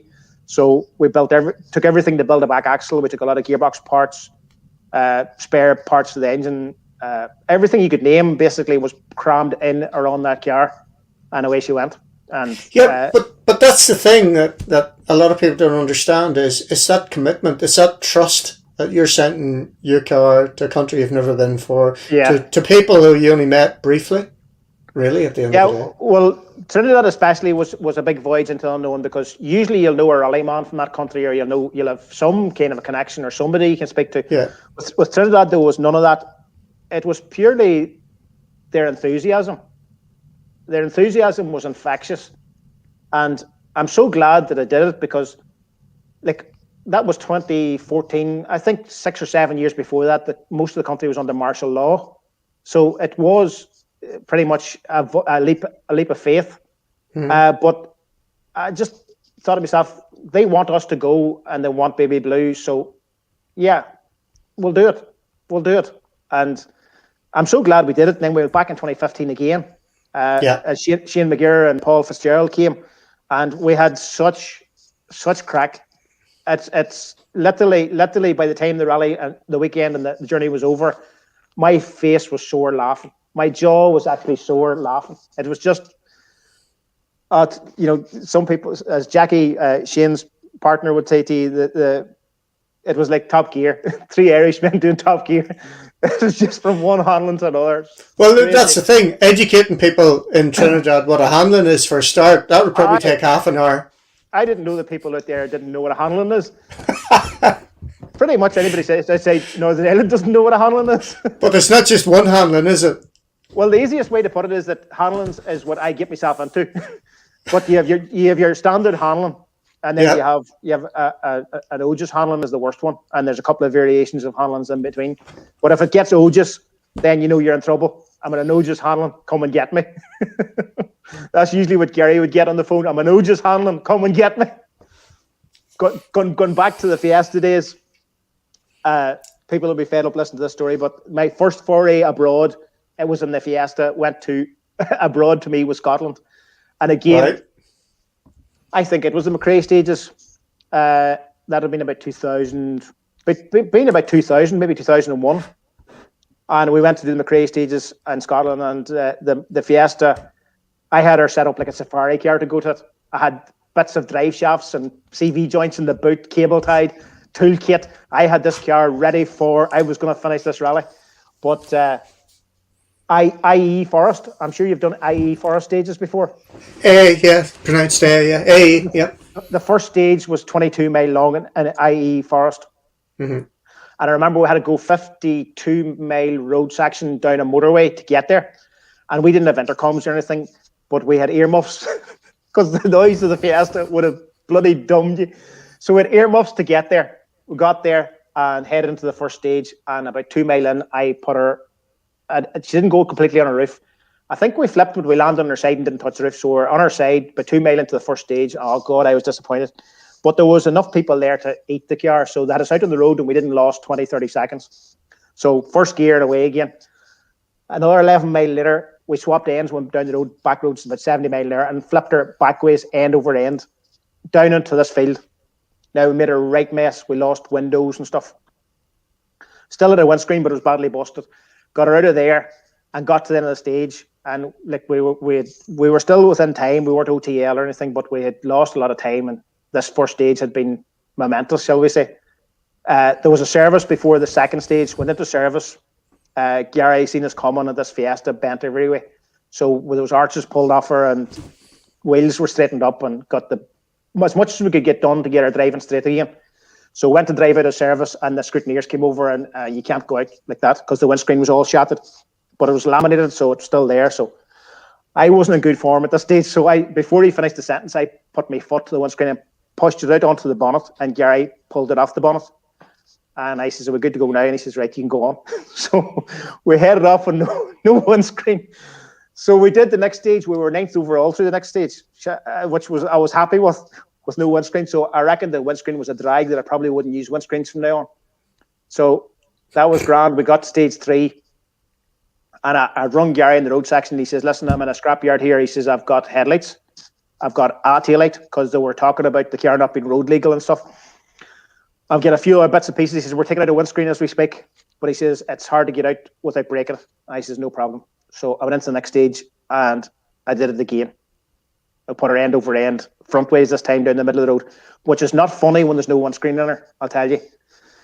So got her out of that and she was boiling.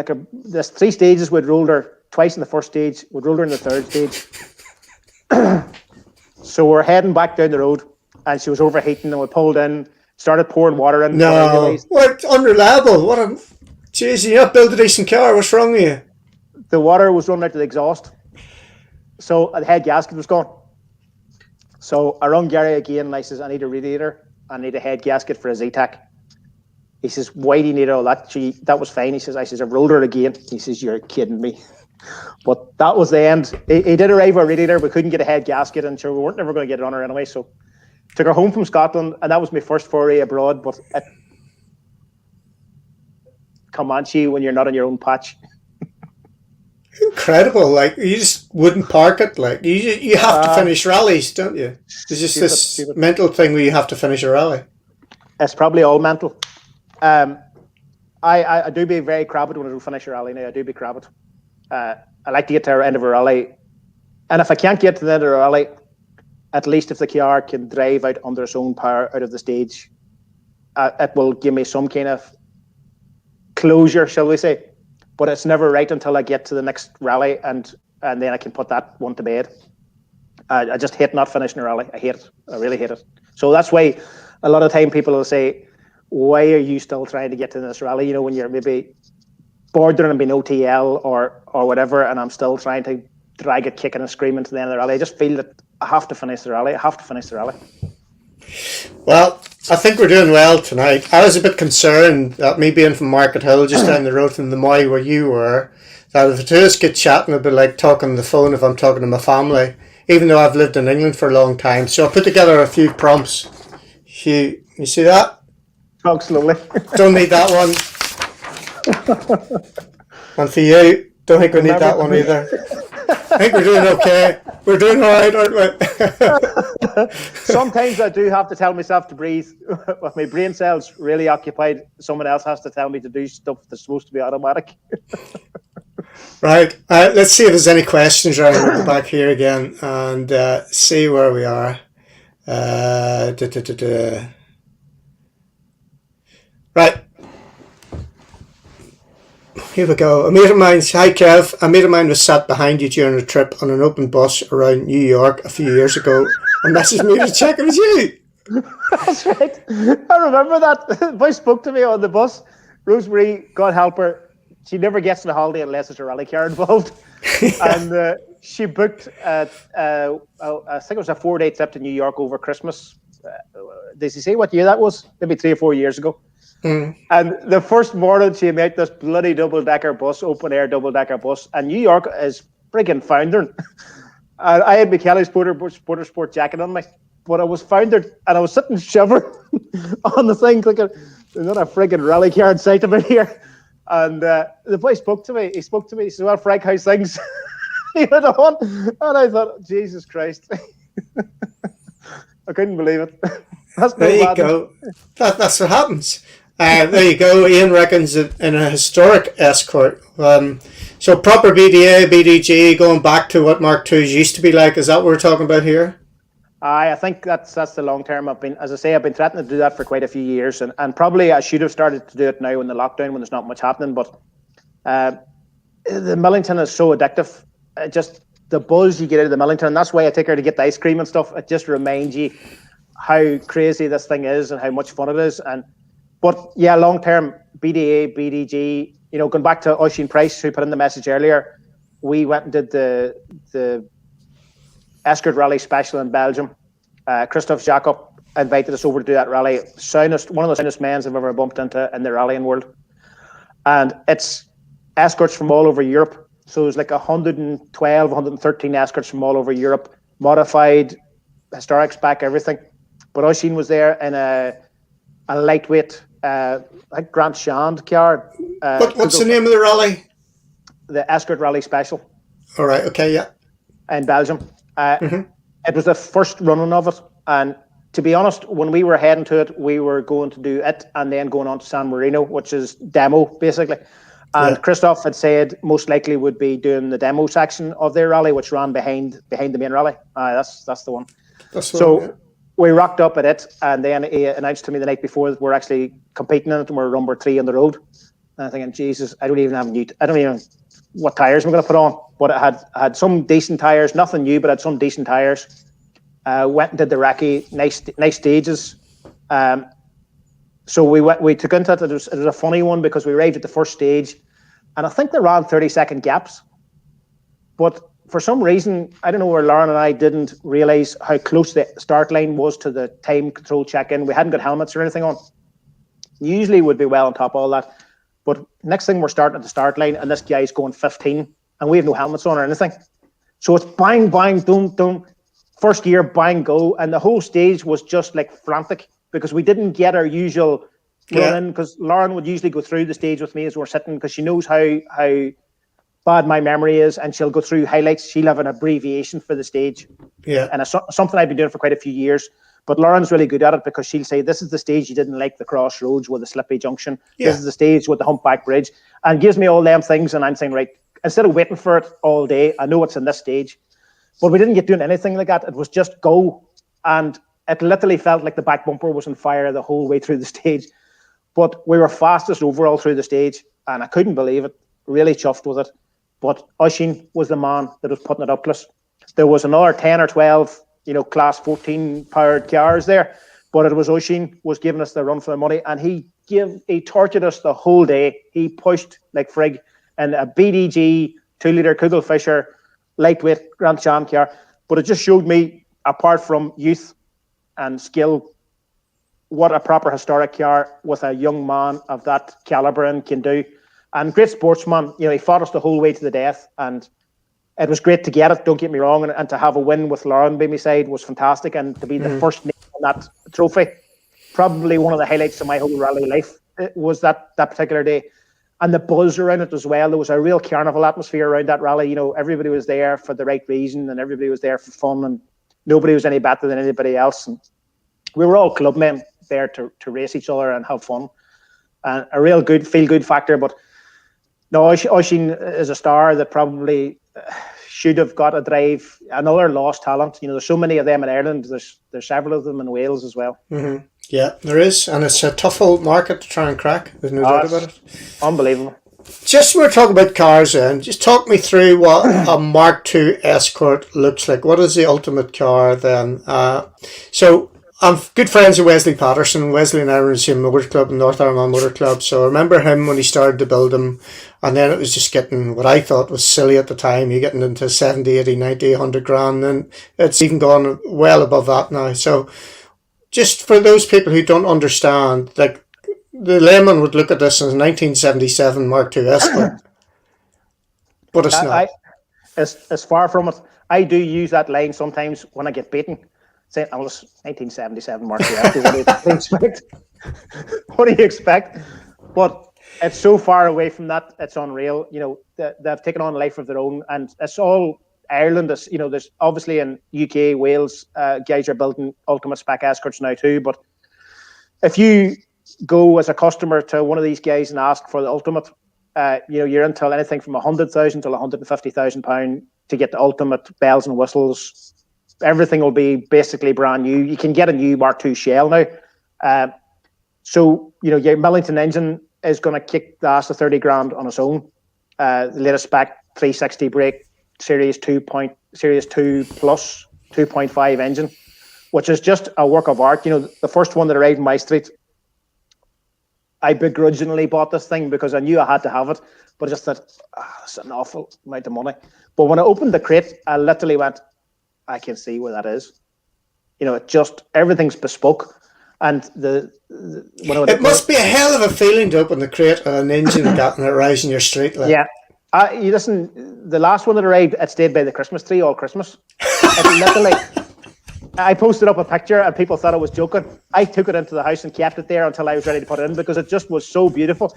You think if I put a glass cabinet around it, it would be just a perfect centerpiece, but it needs to be used. It needs to be used and abused. But then you go back from there and you have your sequential gearboxes, and I use a Samsonite gearbox, and it's just a beautiful piece of machinery.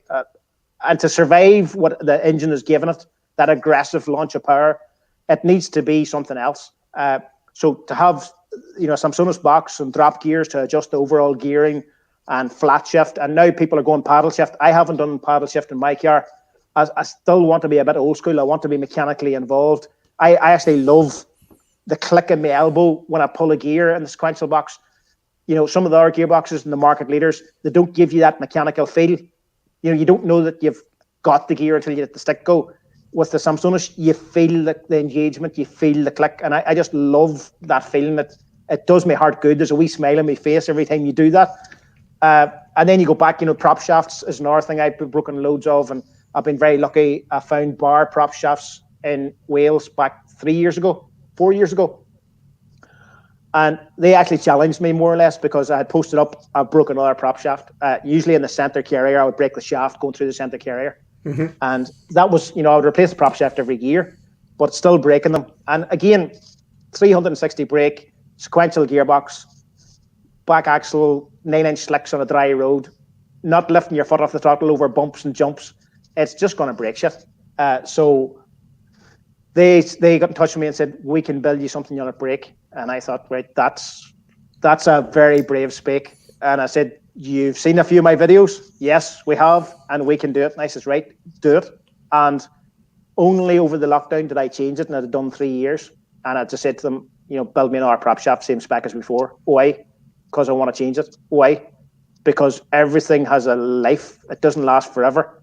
No, it's still fine. No, build me a new one. So they built me a new one, and now I have the old one as a spare. But, you do have to realize nothing goes on forever. It has to be, I life everything in the car, half shafts, prop shafts, brakes, brake discs, everything, clutch, the engine, everything's got a lifespan. And again, in my little book in the corner, I write down, what mileage is done, when it's due replacing. You always have to aim for a time in the season where there is enough time to do that, because there's always an ongoing list of stuff to do. So, but the Mark IIs have taken on a complete life of their own, as I say, and floor-mounted pedal boxes is a big thing now.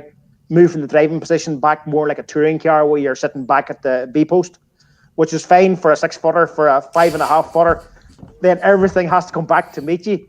So it gets expensive because you're moving steering columns, gear sticks, handbrakes, floor-mounted pedal box, wiring systems, switch controls, WRC controls. Did me a whole pedal or a keypad to do all the switches, and it gets very fancy, but it's a long way from an original Escort. Is the long and short of it. But on a good day, you can beat an R5 car on dry tarmac, clearly. And the right conditions, like driving, in the right conditions, you can do that. You get a dry day on fast stages that you're not coming from dead stops all the time. Of course, you get a lot of hairpins, a lot of squares. They're going to have the traction, but no, you get a dry day. The right man behind the wheel, you can sick in their holes. But again, that's another reason why someday they will stop us. Someday they will stop us. It's one of them things. I hope it never happens. The way rallying's going in Southern Ireland at the minute, it's a bit worrying, because I think they're using this opportunity of COVID and lockdowns and no rallying's happened to wipe a clean slate to a certain degree.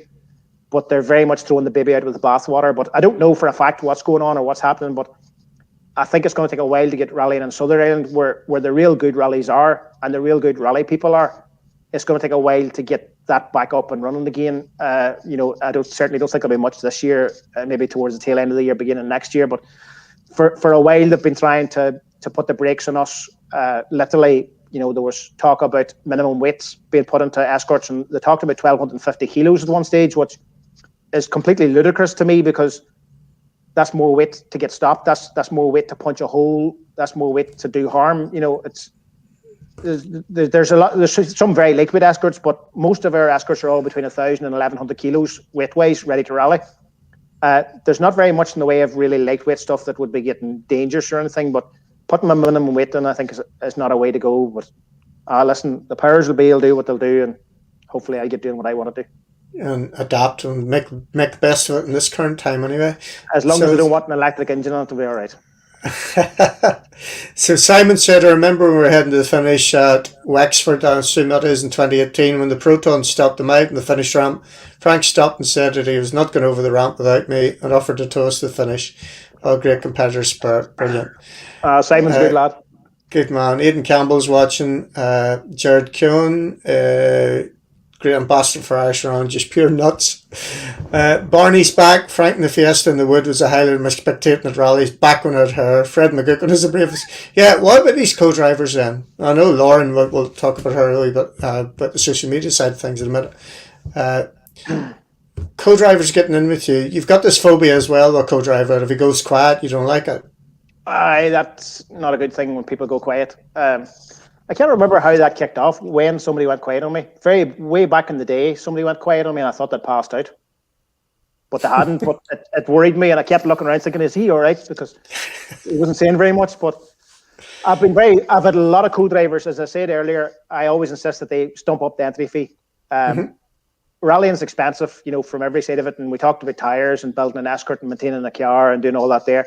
I think a man needs to put his money where his mouth is. And if a co-driver has a bit of skin in the game, he's taking it seriously. They're there for the right reason, not there for a free spin. So, and because of that, it's very difficult for one co-driver to keep up with me and do the rallies that I want to do. So, when you kick off a season like 2012, where we did 22 rallies, I probably had three or four different navigators there, and Liam did the majority of them.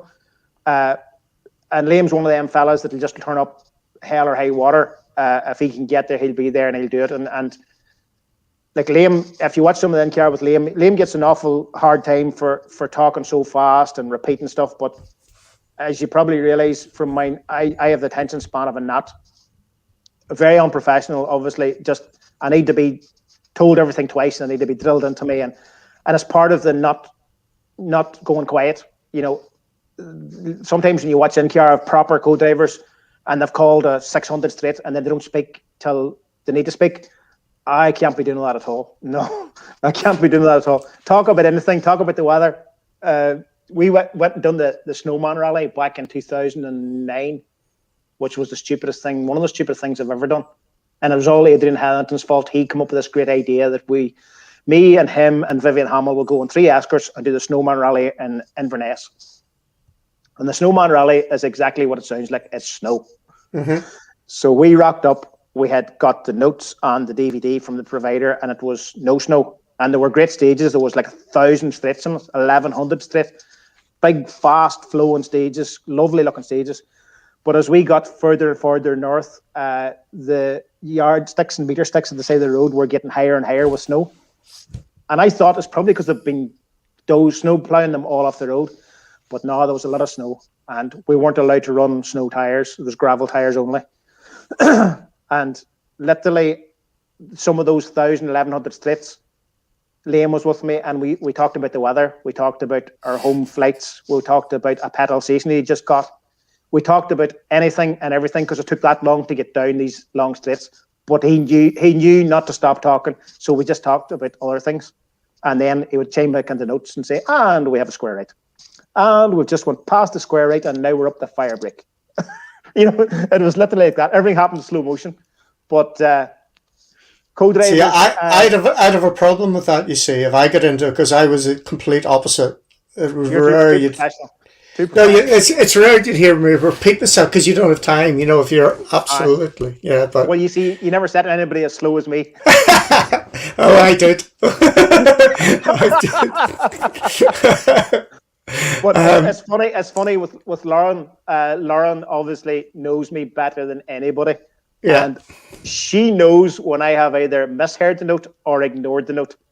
And you can hear it in her voice. It'll get real gravelly. I said square right. Listen. I've seen it a couple of times. It happened to us in the first stage in Australia. We did a rally in North Adelaide up in the hills. The Light Force Rally. fantastic gravel stages, 2-day gravel rally, around of their championship, and we were hyped up for it. Now we're really looking forward to that. A guy called David McDonough, who has got Irish blood in him, obviously, invited us out to do that rally and looked after us immensely well. He runs a company, KRS Racking, and bought shelving systems for kitting out vans and stuff. Looked after us supremely well. But the first stage, it was tough recce. The first stage was 18 kilometers long gravel, and it was a bit of everything. Some of it was like traditional forest, and some of it was like outback type territory. Okay. But I went at it like it was the bushwhacker. I just went at it full guns blazing, and we weren't maybe 2 kilometers in, and it was a fairly long flowing section up to a square left, and I don't know why I thought it was a square right, but I was setting the car up from a good bit back for the square right, and Lauren knew that I had misheard, because most co-drivers wouldn't know that, the way an Escort's floating, which way I'm going to point it. But she did, and she says, I said square left, and then I just was able to correct it in time to do the square left, and I was thinking, I know she said square left, why was I going right? But I've done that a few times on her, but she always catches me back. She always gets me back before it's too late. But a couple of our co-drivers now have struggled to realise what I'm doing, and Liam even has admitted that the first time he sat with me, because he hadn't really been done much on gravel and a rear-wheel drive, why I turned the opposite way for every corner. When I was setting the car up, and he did say, the first stage, I thought to myself, he's not listening at all. But me and Liam just gelled immediately for a blind date. We're just brothers from another mother. It's just great connection and great time. And Liam's one of the fellas that I look forward to meeting and chatting to as much as rallying with. Just great crack in the car. So your heroes, like same as me growing up, Mk2 Escort, you Vatnans, Mickles, Roger Clark, all of that. All them fellas, and then into the Group A days, Kankin and them boys, and Carlos Sainz and all them lads, Richard Burns then, and obviously McRae and stuff. I always really liked the guys that drove with their heart more than their head. The band that should have won 10 championships and won one, or maybe didn't win any. I've always heads towards those guys that drive like that, rather than somebody that had skill and then honed it and got fast and fast and fast. A lunatic that can go really, really fast and then maybe brings it back a wee touch to just get in rallies. Them's the guys that I look up to, and I think, Jesus, fair play. Well, Vatnan was the original one. You must have met her, right? I met Ari a couple of times. Total gentleman. Gentleman. He's a guy you don't want to get in his way. You don't want to really go and be saying hello to him, because the man's got plenty to do. But we met him at Rally Legends, and we met him. He was down at Goran Park a couple of years ago. Goran Park have invited me a couple of times to go to that, and he was there, and he gave a talk, like a 30. It was breakfast with Ari. It was called. It might have been about 60 minutes, 45, 60 minutes. And I didn't realize he was such a spiritual man. Oh, yeah. And the things he'd been through in his life, and his dad was killed in a road accident when he was only 6 or 7, and growing up, and just the things that he'd done, and the way he looked at life, that everything happened for a reason generally, that this happened and it felt like it was the end, but it opened this door. And I find that a lot of ways, that happens in rallying, especially, just even when we didn't get the entry for Argyll, it was disappointing for about 10 minutes, and then the phone rang and I went, hang on, we're going that direction now. We're going to Wales. Yeah. And one door closes, another one opens, and it's important to look like that. Lauren was very disappointed with when that happened with Argyll, because she was so looking forward to it. And when I was able to ring her back 15 minutes later and say, actually, this is what's happening now, and that's forgot about, and we're moving on to the next thing. And that's very much about it. But Vatnan, just a god among men, and such a nice fella. And they always say, don't meet your heroes. And I found that out.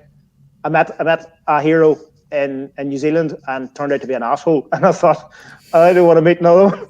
And funny, Miko Hervinen did Rally Legends 2 or 3 years ago. And we were doing the shakedown for the rally.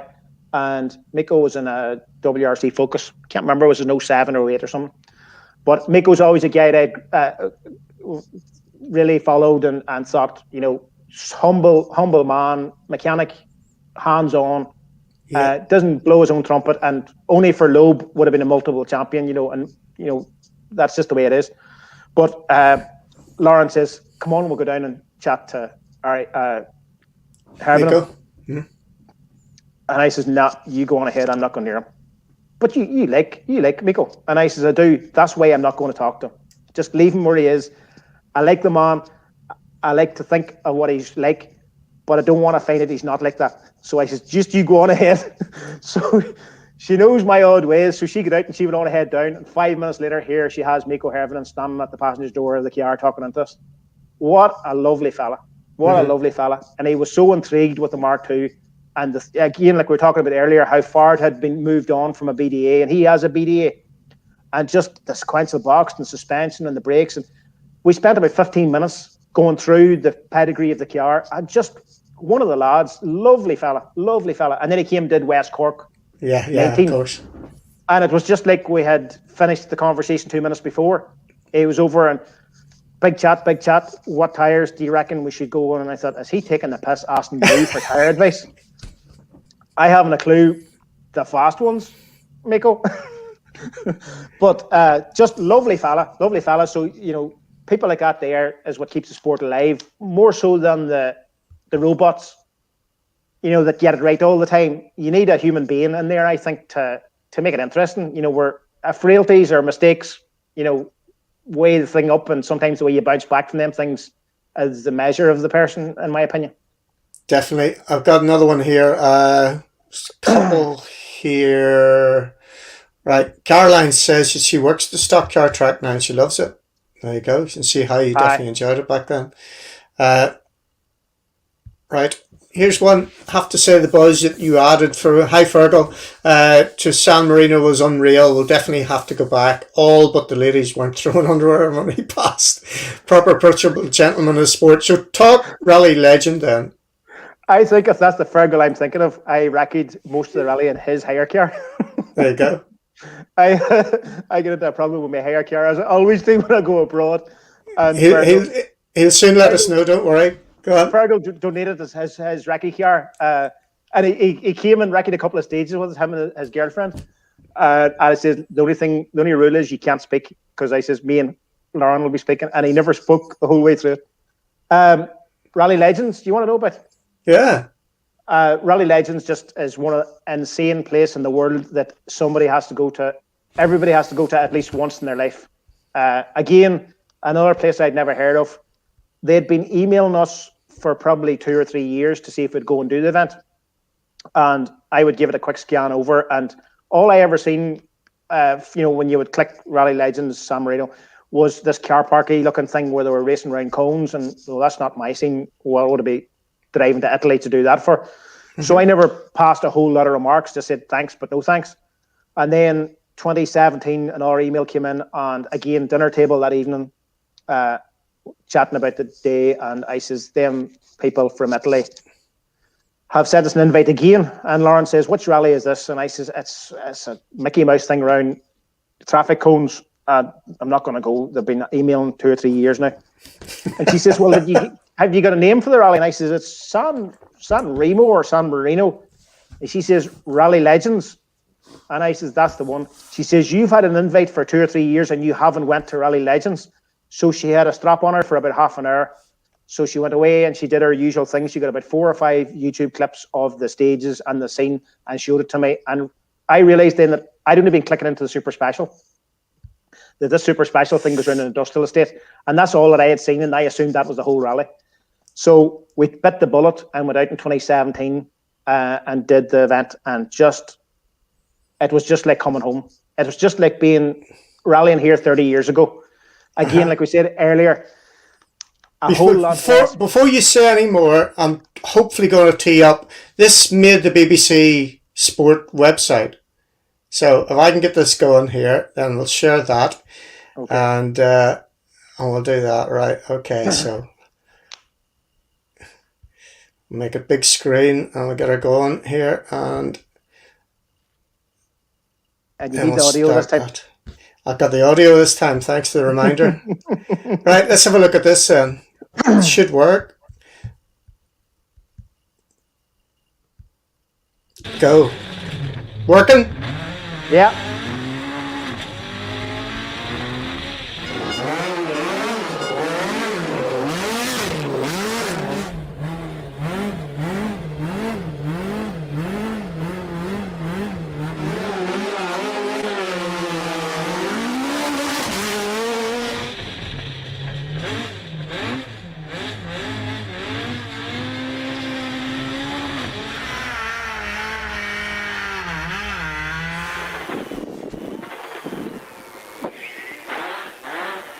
much. Too much. Getting close to the finish.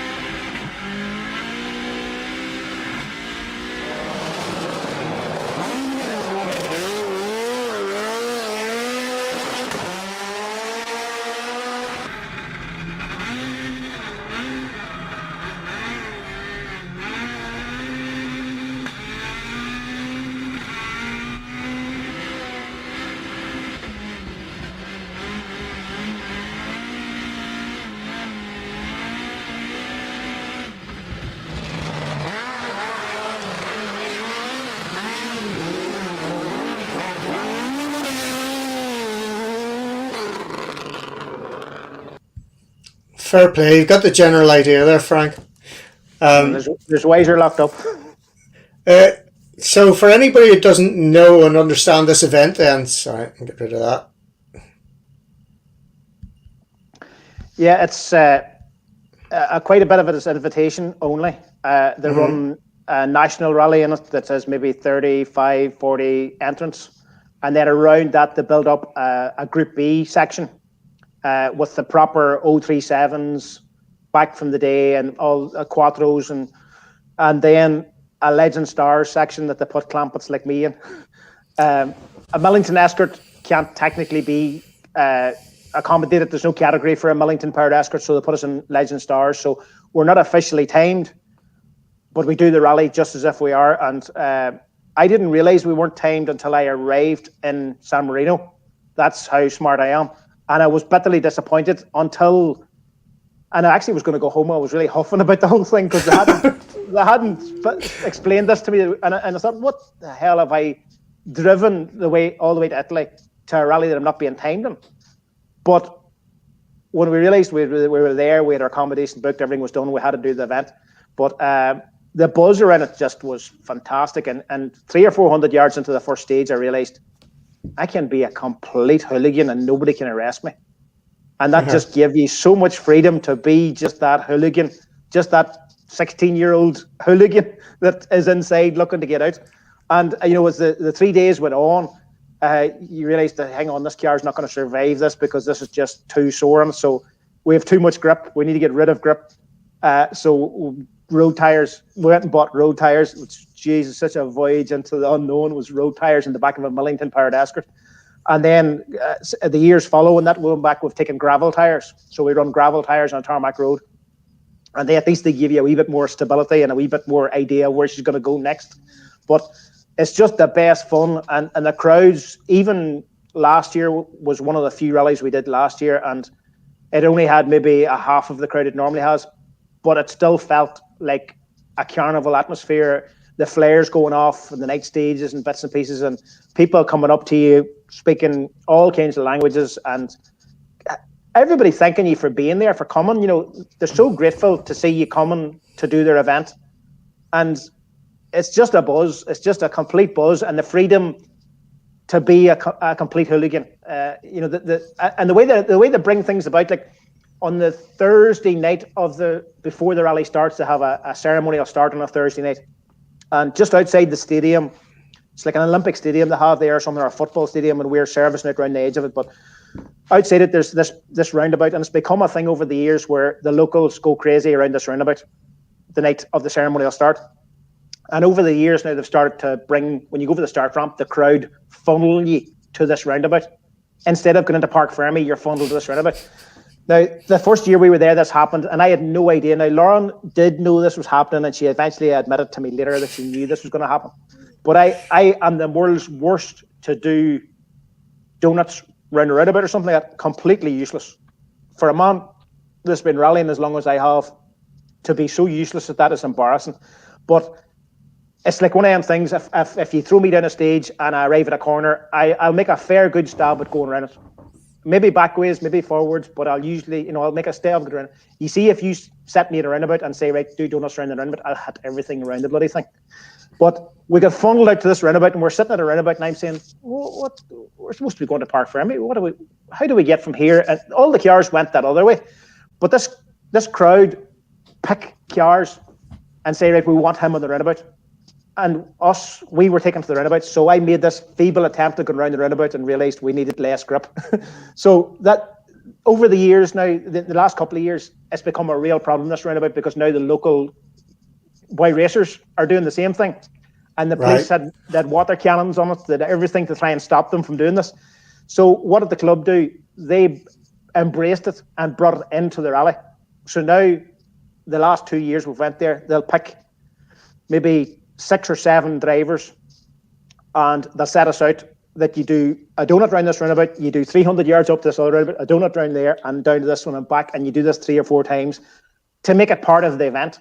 Yeah. Now, it's very loosely marshalled, and the road's just about closed, but they get away with it and they do it. And we're going up through this crowd, flat out in 3rd or 4th gear, up through this crowd and doing this. And like, you can just imagine some of the rally organisers around home would have a coronary.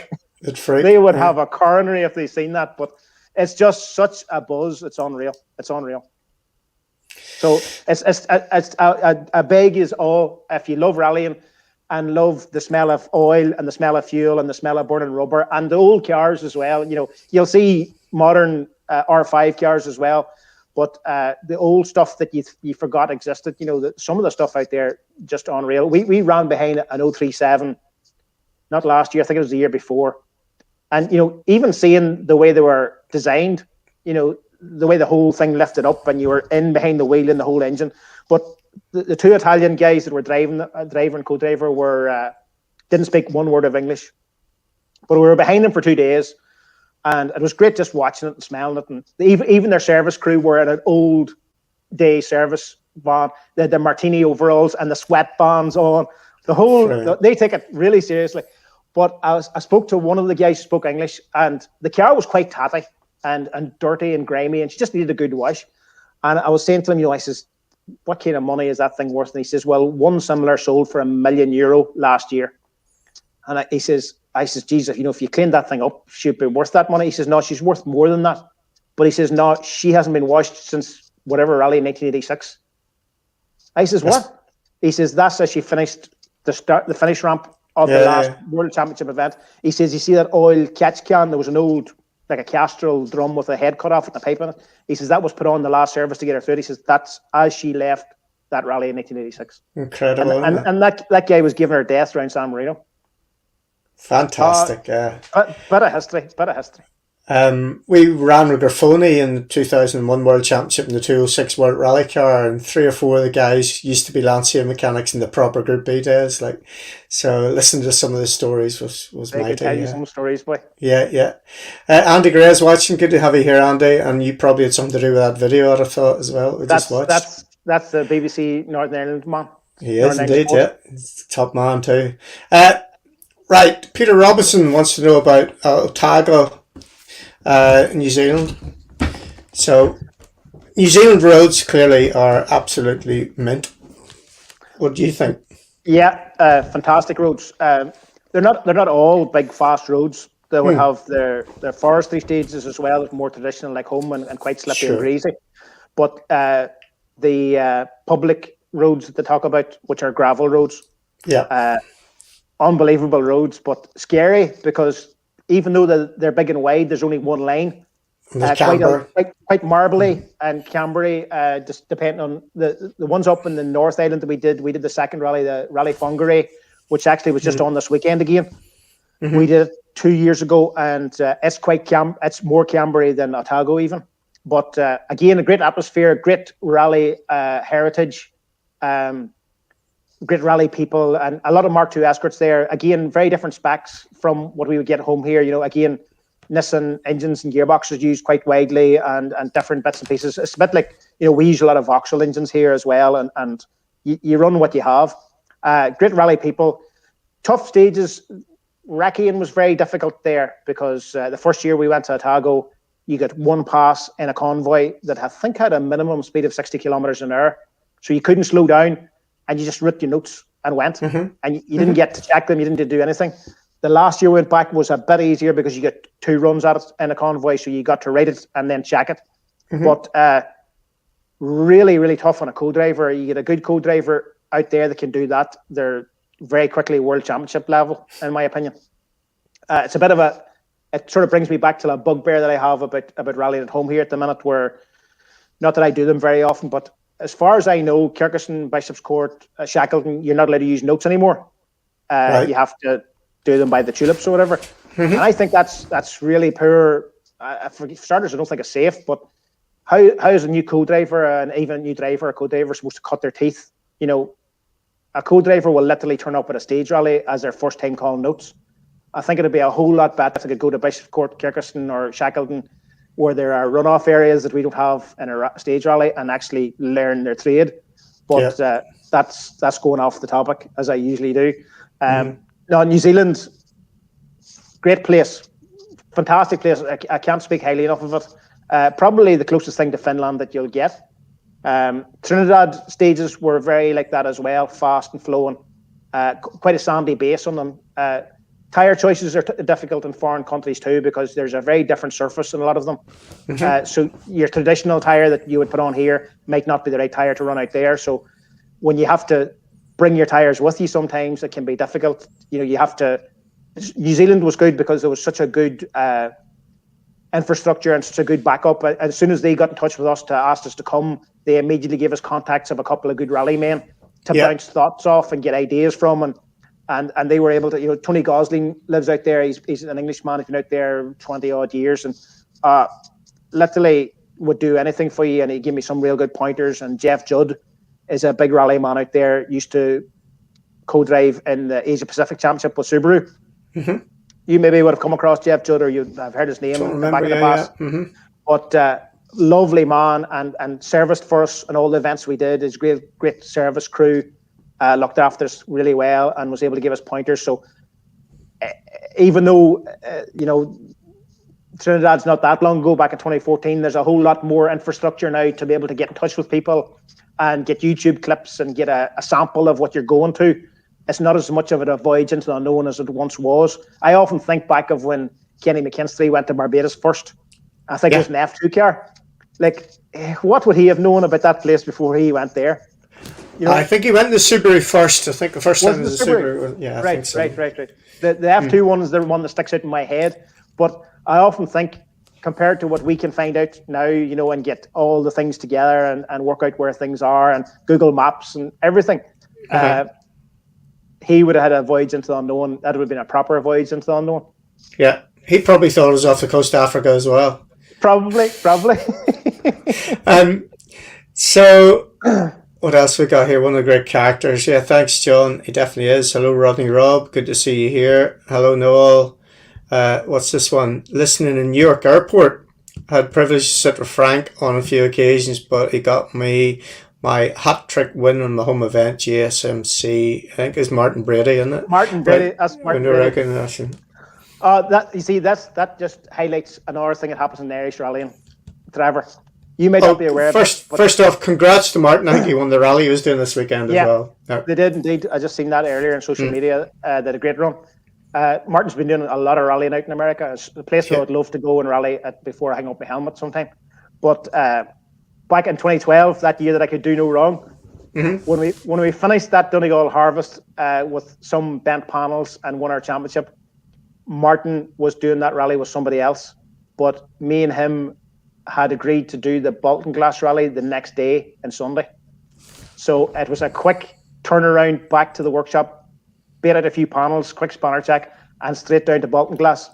And Martin had won that rally 2 years in a row with 2 other drivers.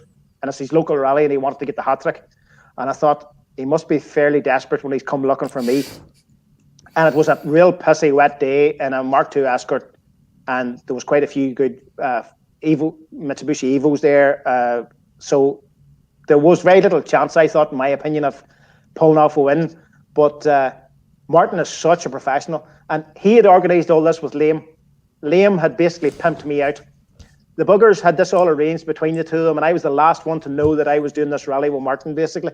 But that's the way those guys work. They sort of work between each other, get this all put together, and then they approach the driver. but I was game for it. So we bait on the whole day. We went because we hadn't done the recce the day before. We'd been rallying the day before. The club said that if we got up early in the morning, we could do one pass of the stage and be ready for the rally. Mm-hmm. So Martin had a Skoda Octavia, and we did just towards the end of the stage, I burst the sump his Octavia. So again, Gary, come and get us. What do you mean? The rally car hasn't started. I have the rally car beside me. I know, I bust the sump in the recce car. So he arrived out, lifted the Octavia, and while we went out to do the first loop of stages, he patched the sump of the Octavia with a lump of corrugated tin off the side of an old Horden that was in the service area. So we did the rally. The car misfired badly for the first loop because we couldn't get super unleaded petrol anywhere. So we had to send Gary to get super unleaded somewhere. That sort of the misfire. And we won the bloody rally. Couldn't believe it. I was so happy for him because that's what I was there to do. And I don't usually feel much pressure in the car, but I wanted to get him a result. And it was just the sign of the professionalism of Martin. He quickly took over the passenger side of the car. It became his little office. He had his iPhone attached to the roll cage. He had his own trip meter. He had his own GoPro. He had everything laid out. And it just, all of a sudden, this is my part of the car. This is mine. And very professional and great, easy guy to get on with. And he had done his homework. First time to sit with me, and he already had the lingo. He already knew that I didn't like silence. Liam had told him a whole lot of stuff. He knew to repeat stuff, which again is not a professional thing to do. But he had it down to a T, and he knew I didn't like pluses and minuses. It was either fast or tight. And none of it did I have to tell him. He knew it all. He had it all done. He had his homework done. And it was great to repay him. But funny thing was, we won the rally, we prize given, got our things, went home, and that was fine. And I bumped into him the following season, maybe 7-8 months later, at a rally. So we had a big chat. And he just as we parted ways, he says, "Oh yeah, by the way, tell Gary the sump hasn't leaked since." And the sump on his Octavia was purely to get him home. It was just to get him home. He was still driving about in this Octavia with no sump plug because the sump plug was gone. There was no way to change oil in this car anymore. He was still baiting about in it. The Donegal boys are coming back at you now. Are they? Switch off. There we go. Some of the best modified cars are Donegal: Kevin Eves, Declan Gallagher, Damien Gallagher, Mark Alcorn, Paul Gallagher, just to name a few. Don't remember Frank ever beating them boys. I think I've beaten them all. Once. Moving on quickly. Kenny reckons... Hang on, before you go any further, I didn't say there's anything wrong with the drivers. I know.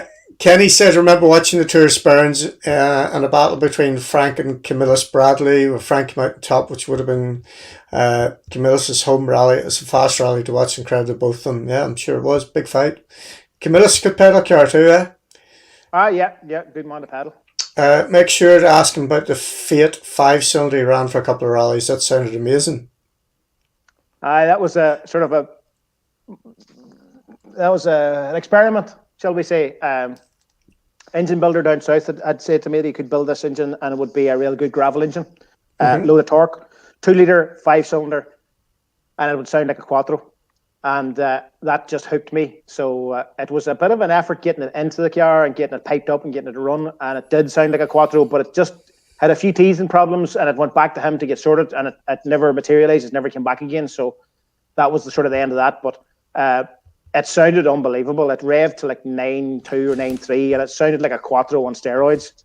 But it was quite heavy. It was a big cast iron block. It had balance shafts that had been removed, but you still had the casting for them. So it was probably going to be a bit heavy for the job, but we never got to find out. So it was back to the Vauxhall after that. Excellent. The main man's in the house. Keep the push on, brother. Don't let him on, for God's sake. He'll contradict everything I've said. He'll say it's all about him. It's not. None of it's about him. It's all about me. Let's talk about the whole social media side of things, and we're just careful. Need to wrap up now. We're going over 2 hours. We're into 2.5 hours. Trevor, you talk far too much. Clearly. Social media and the whole YouTube side and the wonderful job that Lauren's done is just fantastic. All started as part of a college or school project. Yeah.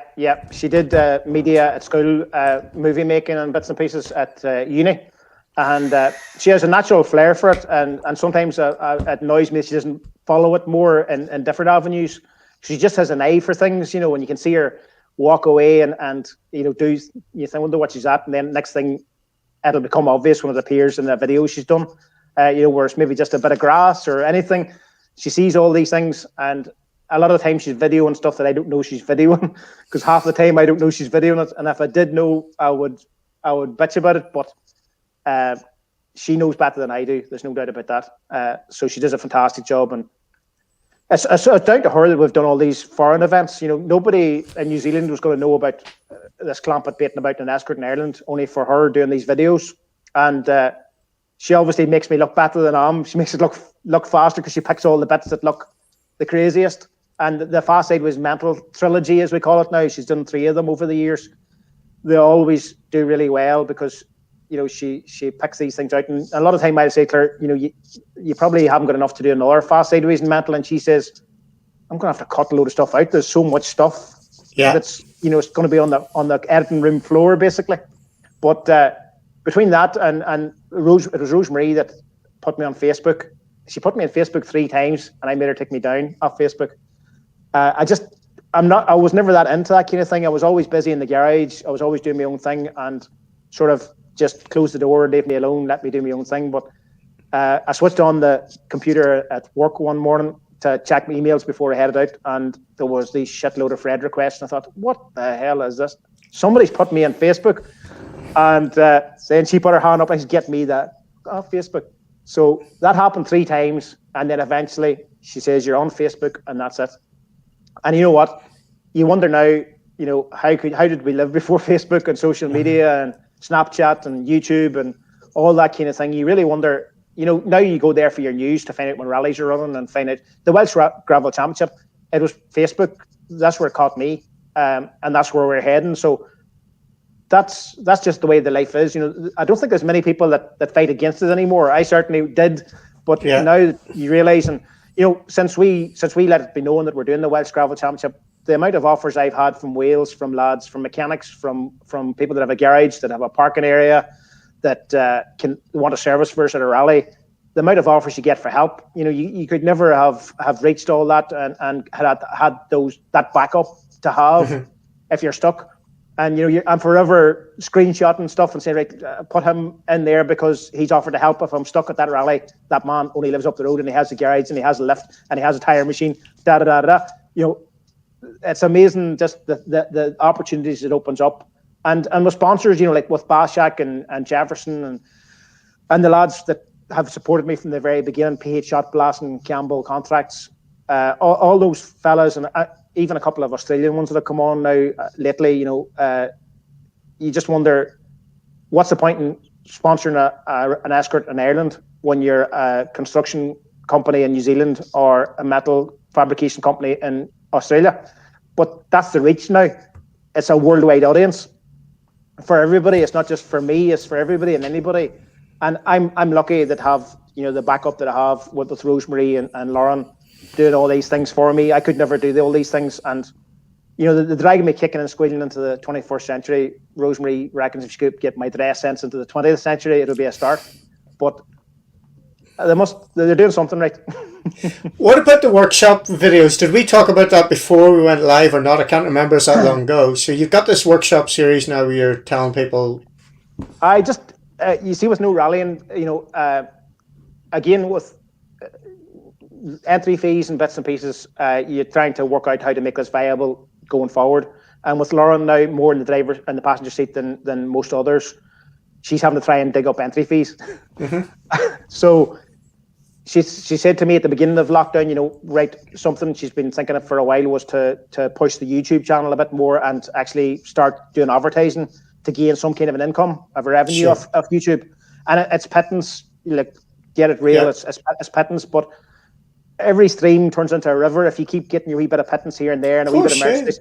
It builds up, and it fills a hole, you know, that you can't fill yourself. So she's been pushing the YouTube channel, and then obviously with rally not kicking off as quick as we thought, what do we do? So she said, I want you to start doing videos in the garage, and I don't feel comfortable at all. I'd rather have that camera behind me and a helmet on than have it in my face. But I try and just forget that it's there. She hooks up the camera and she closes the garage door and she says, right, just do your thing. When you're finished, give it back to me and I'll edit it. And a lot of the time with the gearbox thing, I'm sort of talking to myself more so, gearboxes and back axles and suspensions and stuff. I'm really talking to myself, and there just happens to be a camera there and you just blather away. And, sometimes I think that's complete nonsense. But I think you'd be all right. I wouldn't be panicking if I were you. You can chat. It seems to work out all right. So yeah. No, it'll be fine. It'll be good. And again, anybody watching, remember we need to get this the first video over 1 million. We're only 511 to hit to get over the 1 million. Let's do that for Lauren at least. So on YouTube, the very first, what's the name of the video? It's the original Fast Sideways and Mental. Fast, Sideways and Mental. We need to get it over the 1 million, as said. So share the hell out of it, folks, and let's get Lauren happy. If Lauren's happy, Frank will be happy, no doubt. When the woman's happy, Frank's happy. Isn't that how it works in that household? Okay. There's just a load more comments there, Frank. Greg McCarthy's here. Might as well have a quick thanks, Trevor and Frank. Great evening's entertainment. Here's to many more years entertainment from Frank. The best regards to all the Kellys. Great bunch of lads and lassies. And I think that reflects everything, you're an ambassador, true ambassador for not just Mark IIs, but Mark IIs originated in Ireland throughout the world now, and putting it out there and doing it in a way where everybody sees the merit and the way you drive it and your approach to it. And the whole point about having fun is at the heart of everything you do. Like, it has to be fun. I try and remind everybody else of that too, because at the end of the day, I don't know who of us was going to get a phone call from Malcolm Wilson on Monday morning. I keep saying that. So enjoy it. We don't spend this money to not have fun. You don't put every minute and time and effort into the motorsport and not have fun. That's what we're doing it for. Have fun. Brilliant. How do people get these hoodies and stuff like that? The merchandise? KellyMotorsport.net. Go on there. KellyMotorsport.net. Yeah. And when exactly is the next rally? We're actually, it's not to be, the first confirmed one, hopefully is Nicky Grist, 10th of July. But we're looking very strongly, the entries come out tomorrow, or the regulations come out tomorrow for the Greystoke Rally at the M Sport, which is the weekend before. So we might take a rattle at that. If all goes to plan, we'll go and do it first as a sort of a shakedown or a warm-up or a shake-up for Nicky Grist. Excellent. Folks, I hope you've enjoyed it. If you've only arrived in halfway through this, remember that you'll be able to catch it all on either Facebook or YouTube. Literally 10 minutes after we finish this live on Sunday night, it goes up there. You get access to that via stagebystage.com/blog. Just it'll be the first post that's on there. You've got all the backstories, all the shows we had before, including the podcasts as well. If you want to get in touch, it's info@stagebystage.com. Frank, it's been an absolute pleasure having you on. Thanks very much for doing it and taking the time out. There's plenty of people, I'm sure, will continue to enjoy your antics behind the wheel. Keep it up. And all the very best for whatever 2021 fires at you as regards the competition. Thank you, Trevor. Thank you very much. It's been a pleasure chatting to you. Been lovely. Okay, folks, that's it for this week. Hopefully back again next week. We'll catch you then. Take care.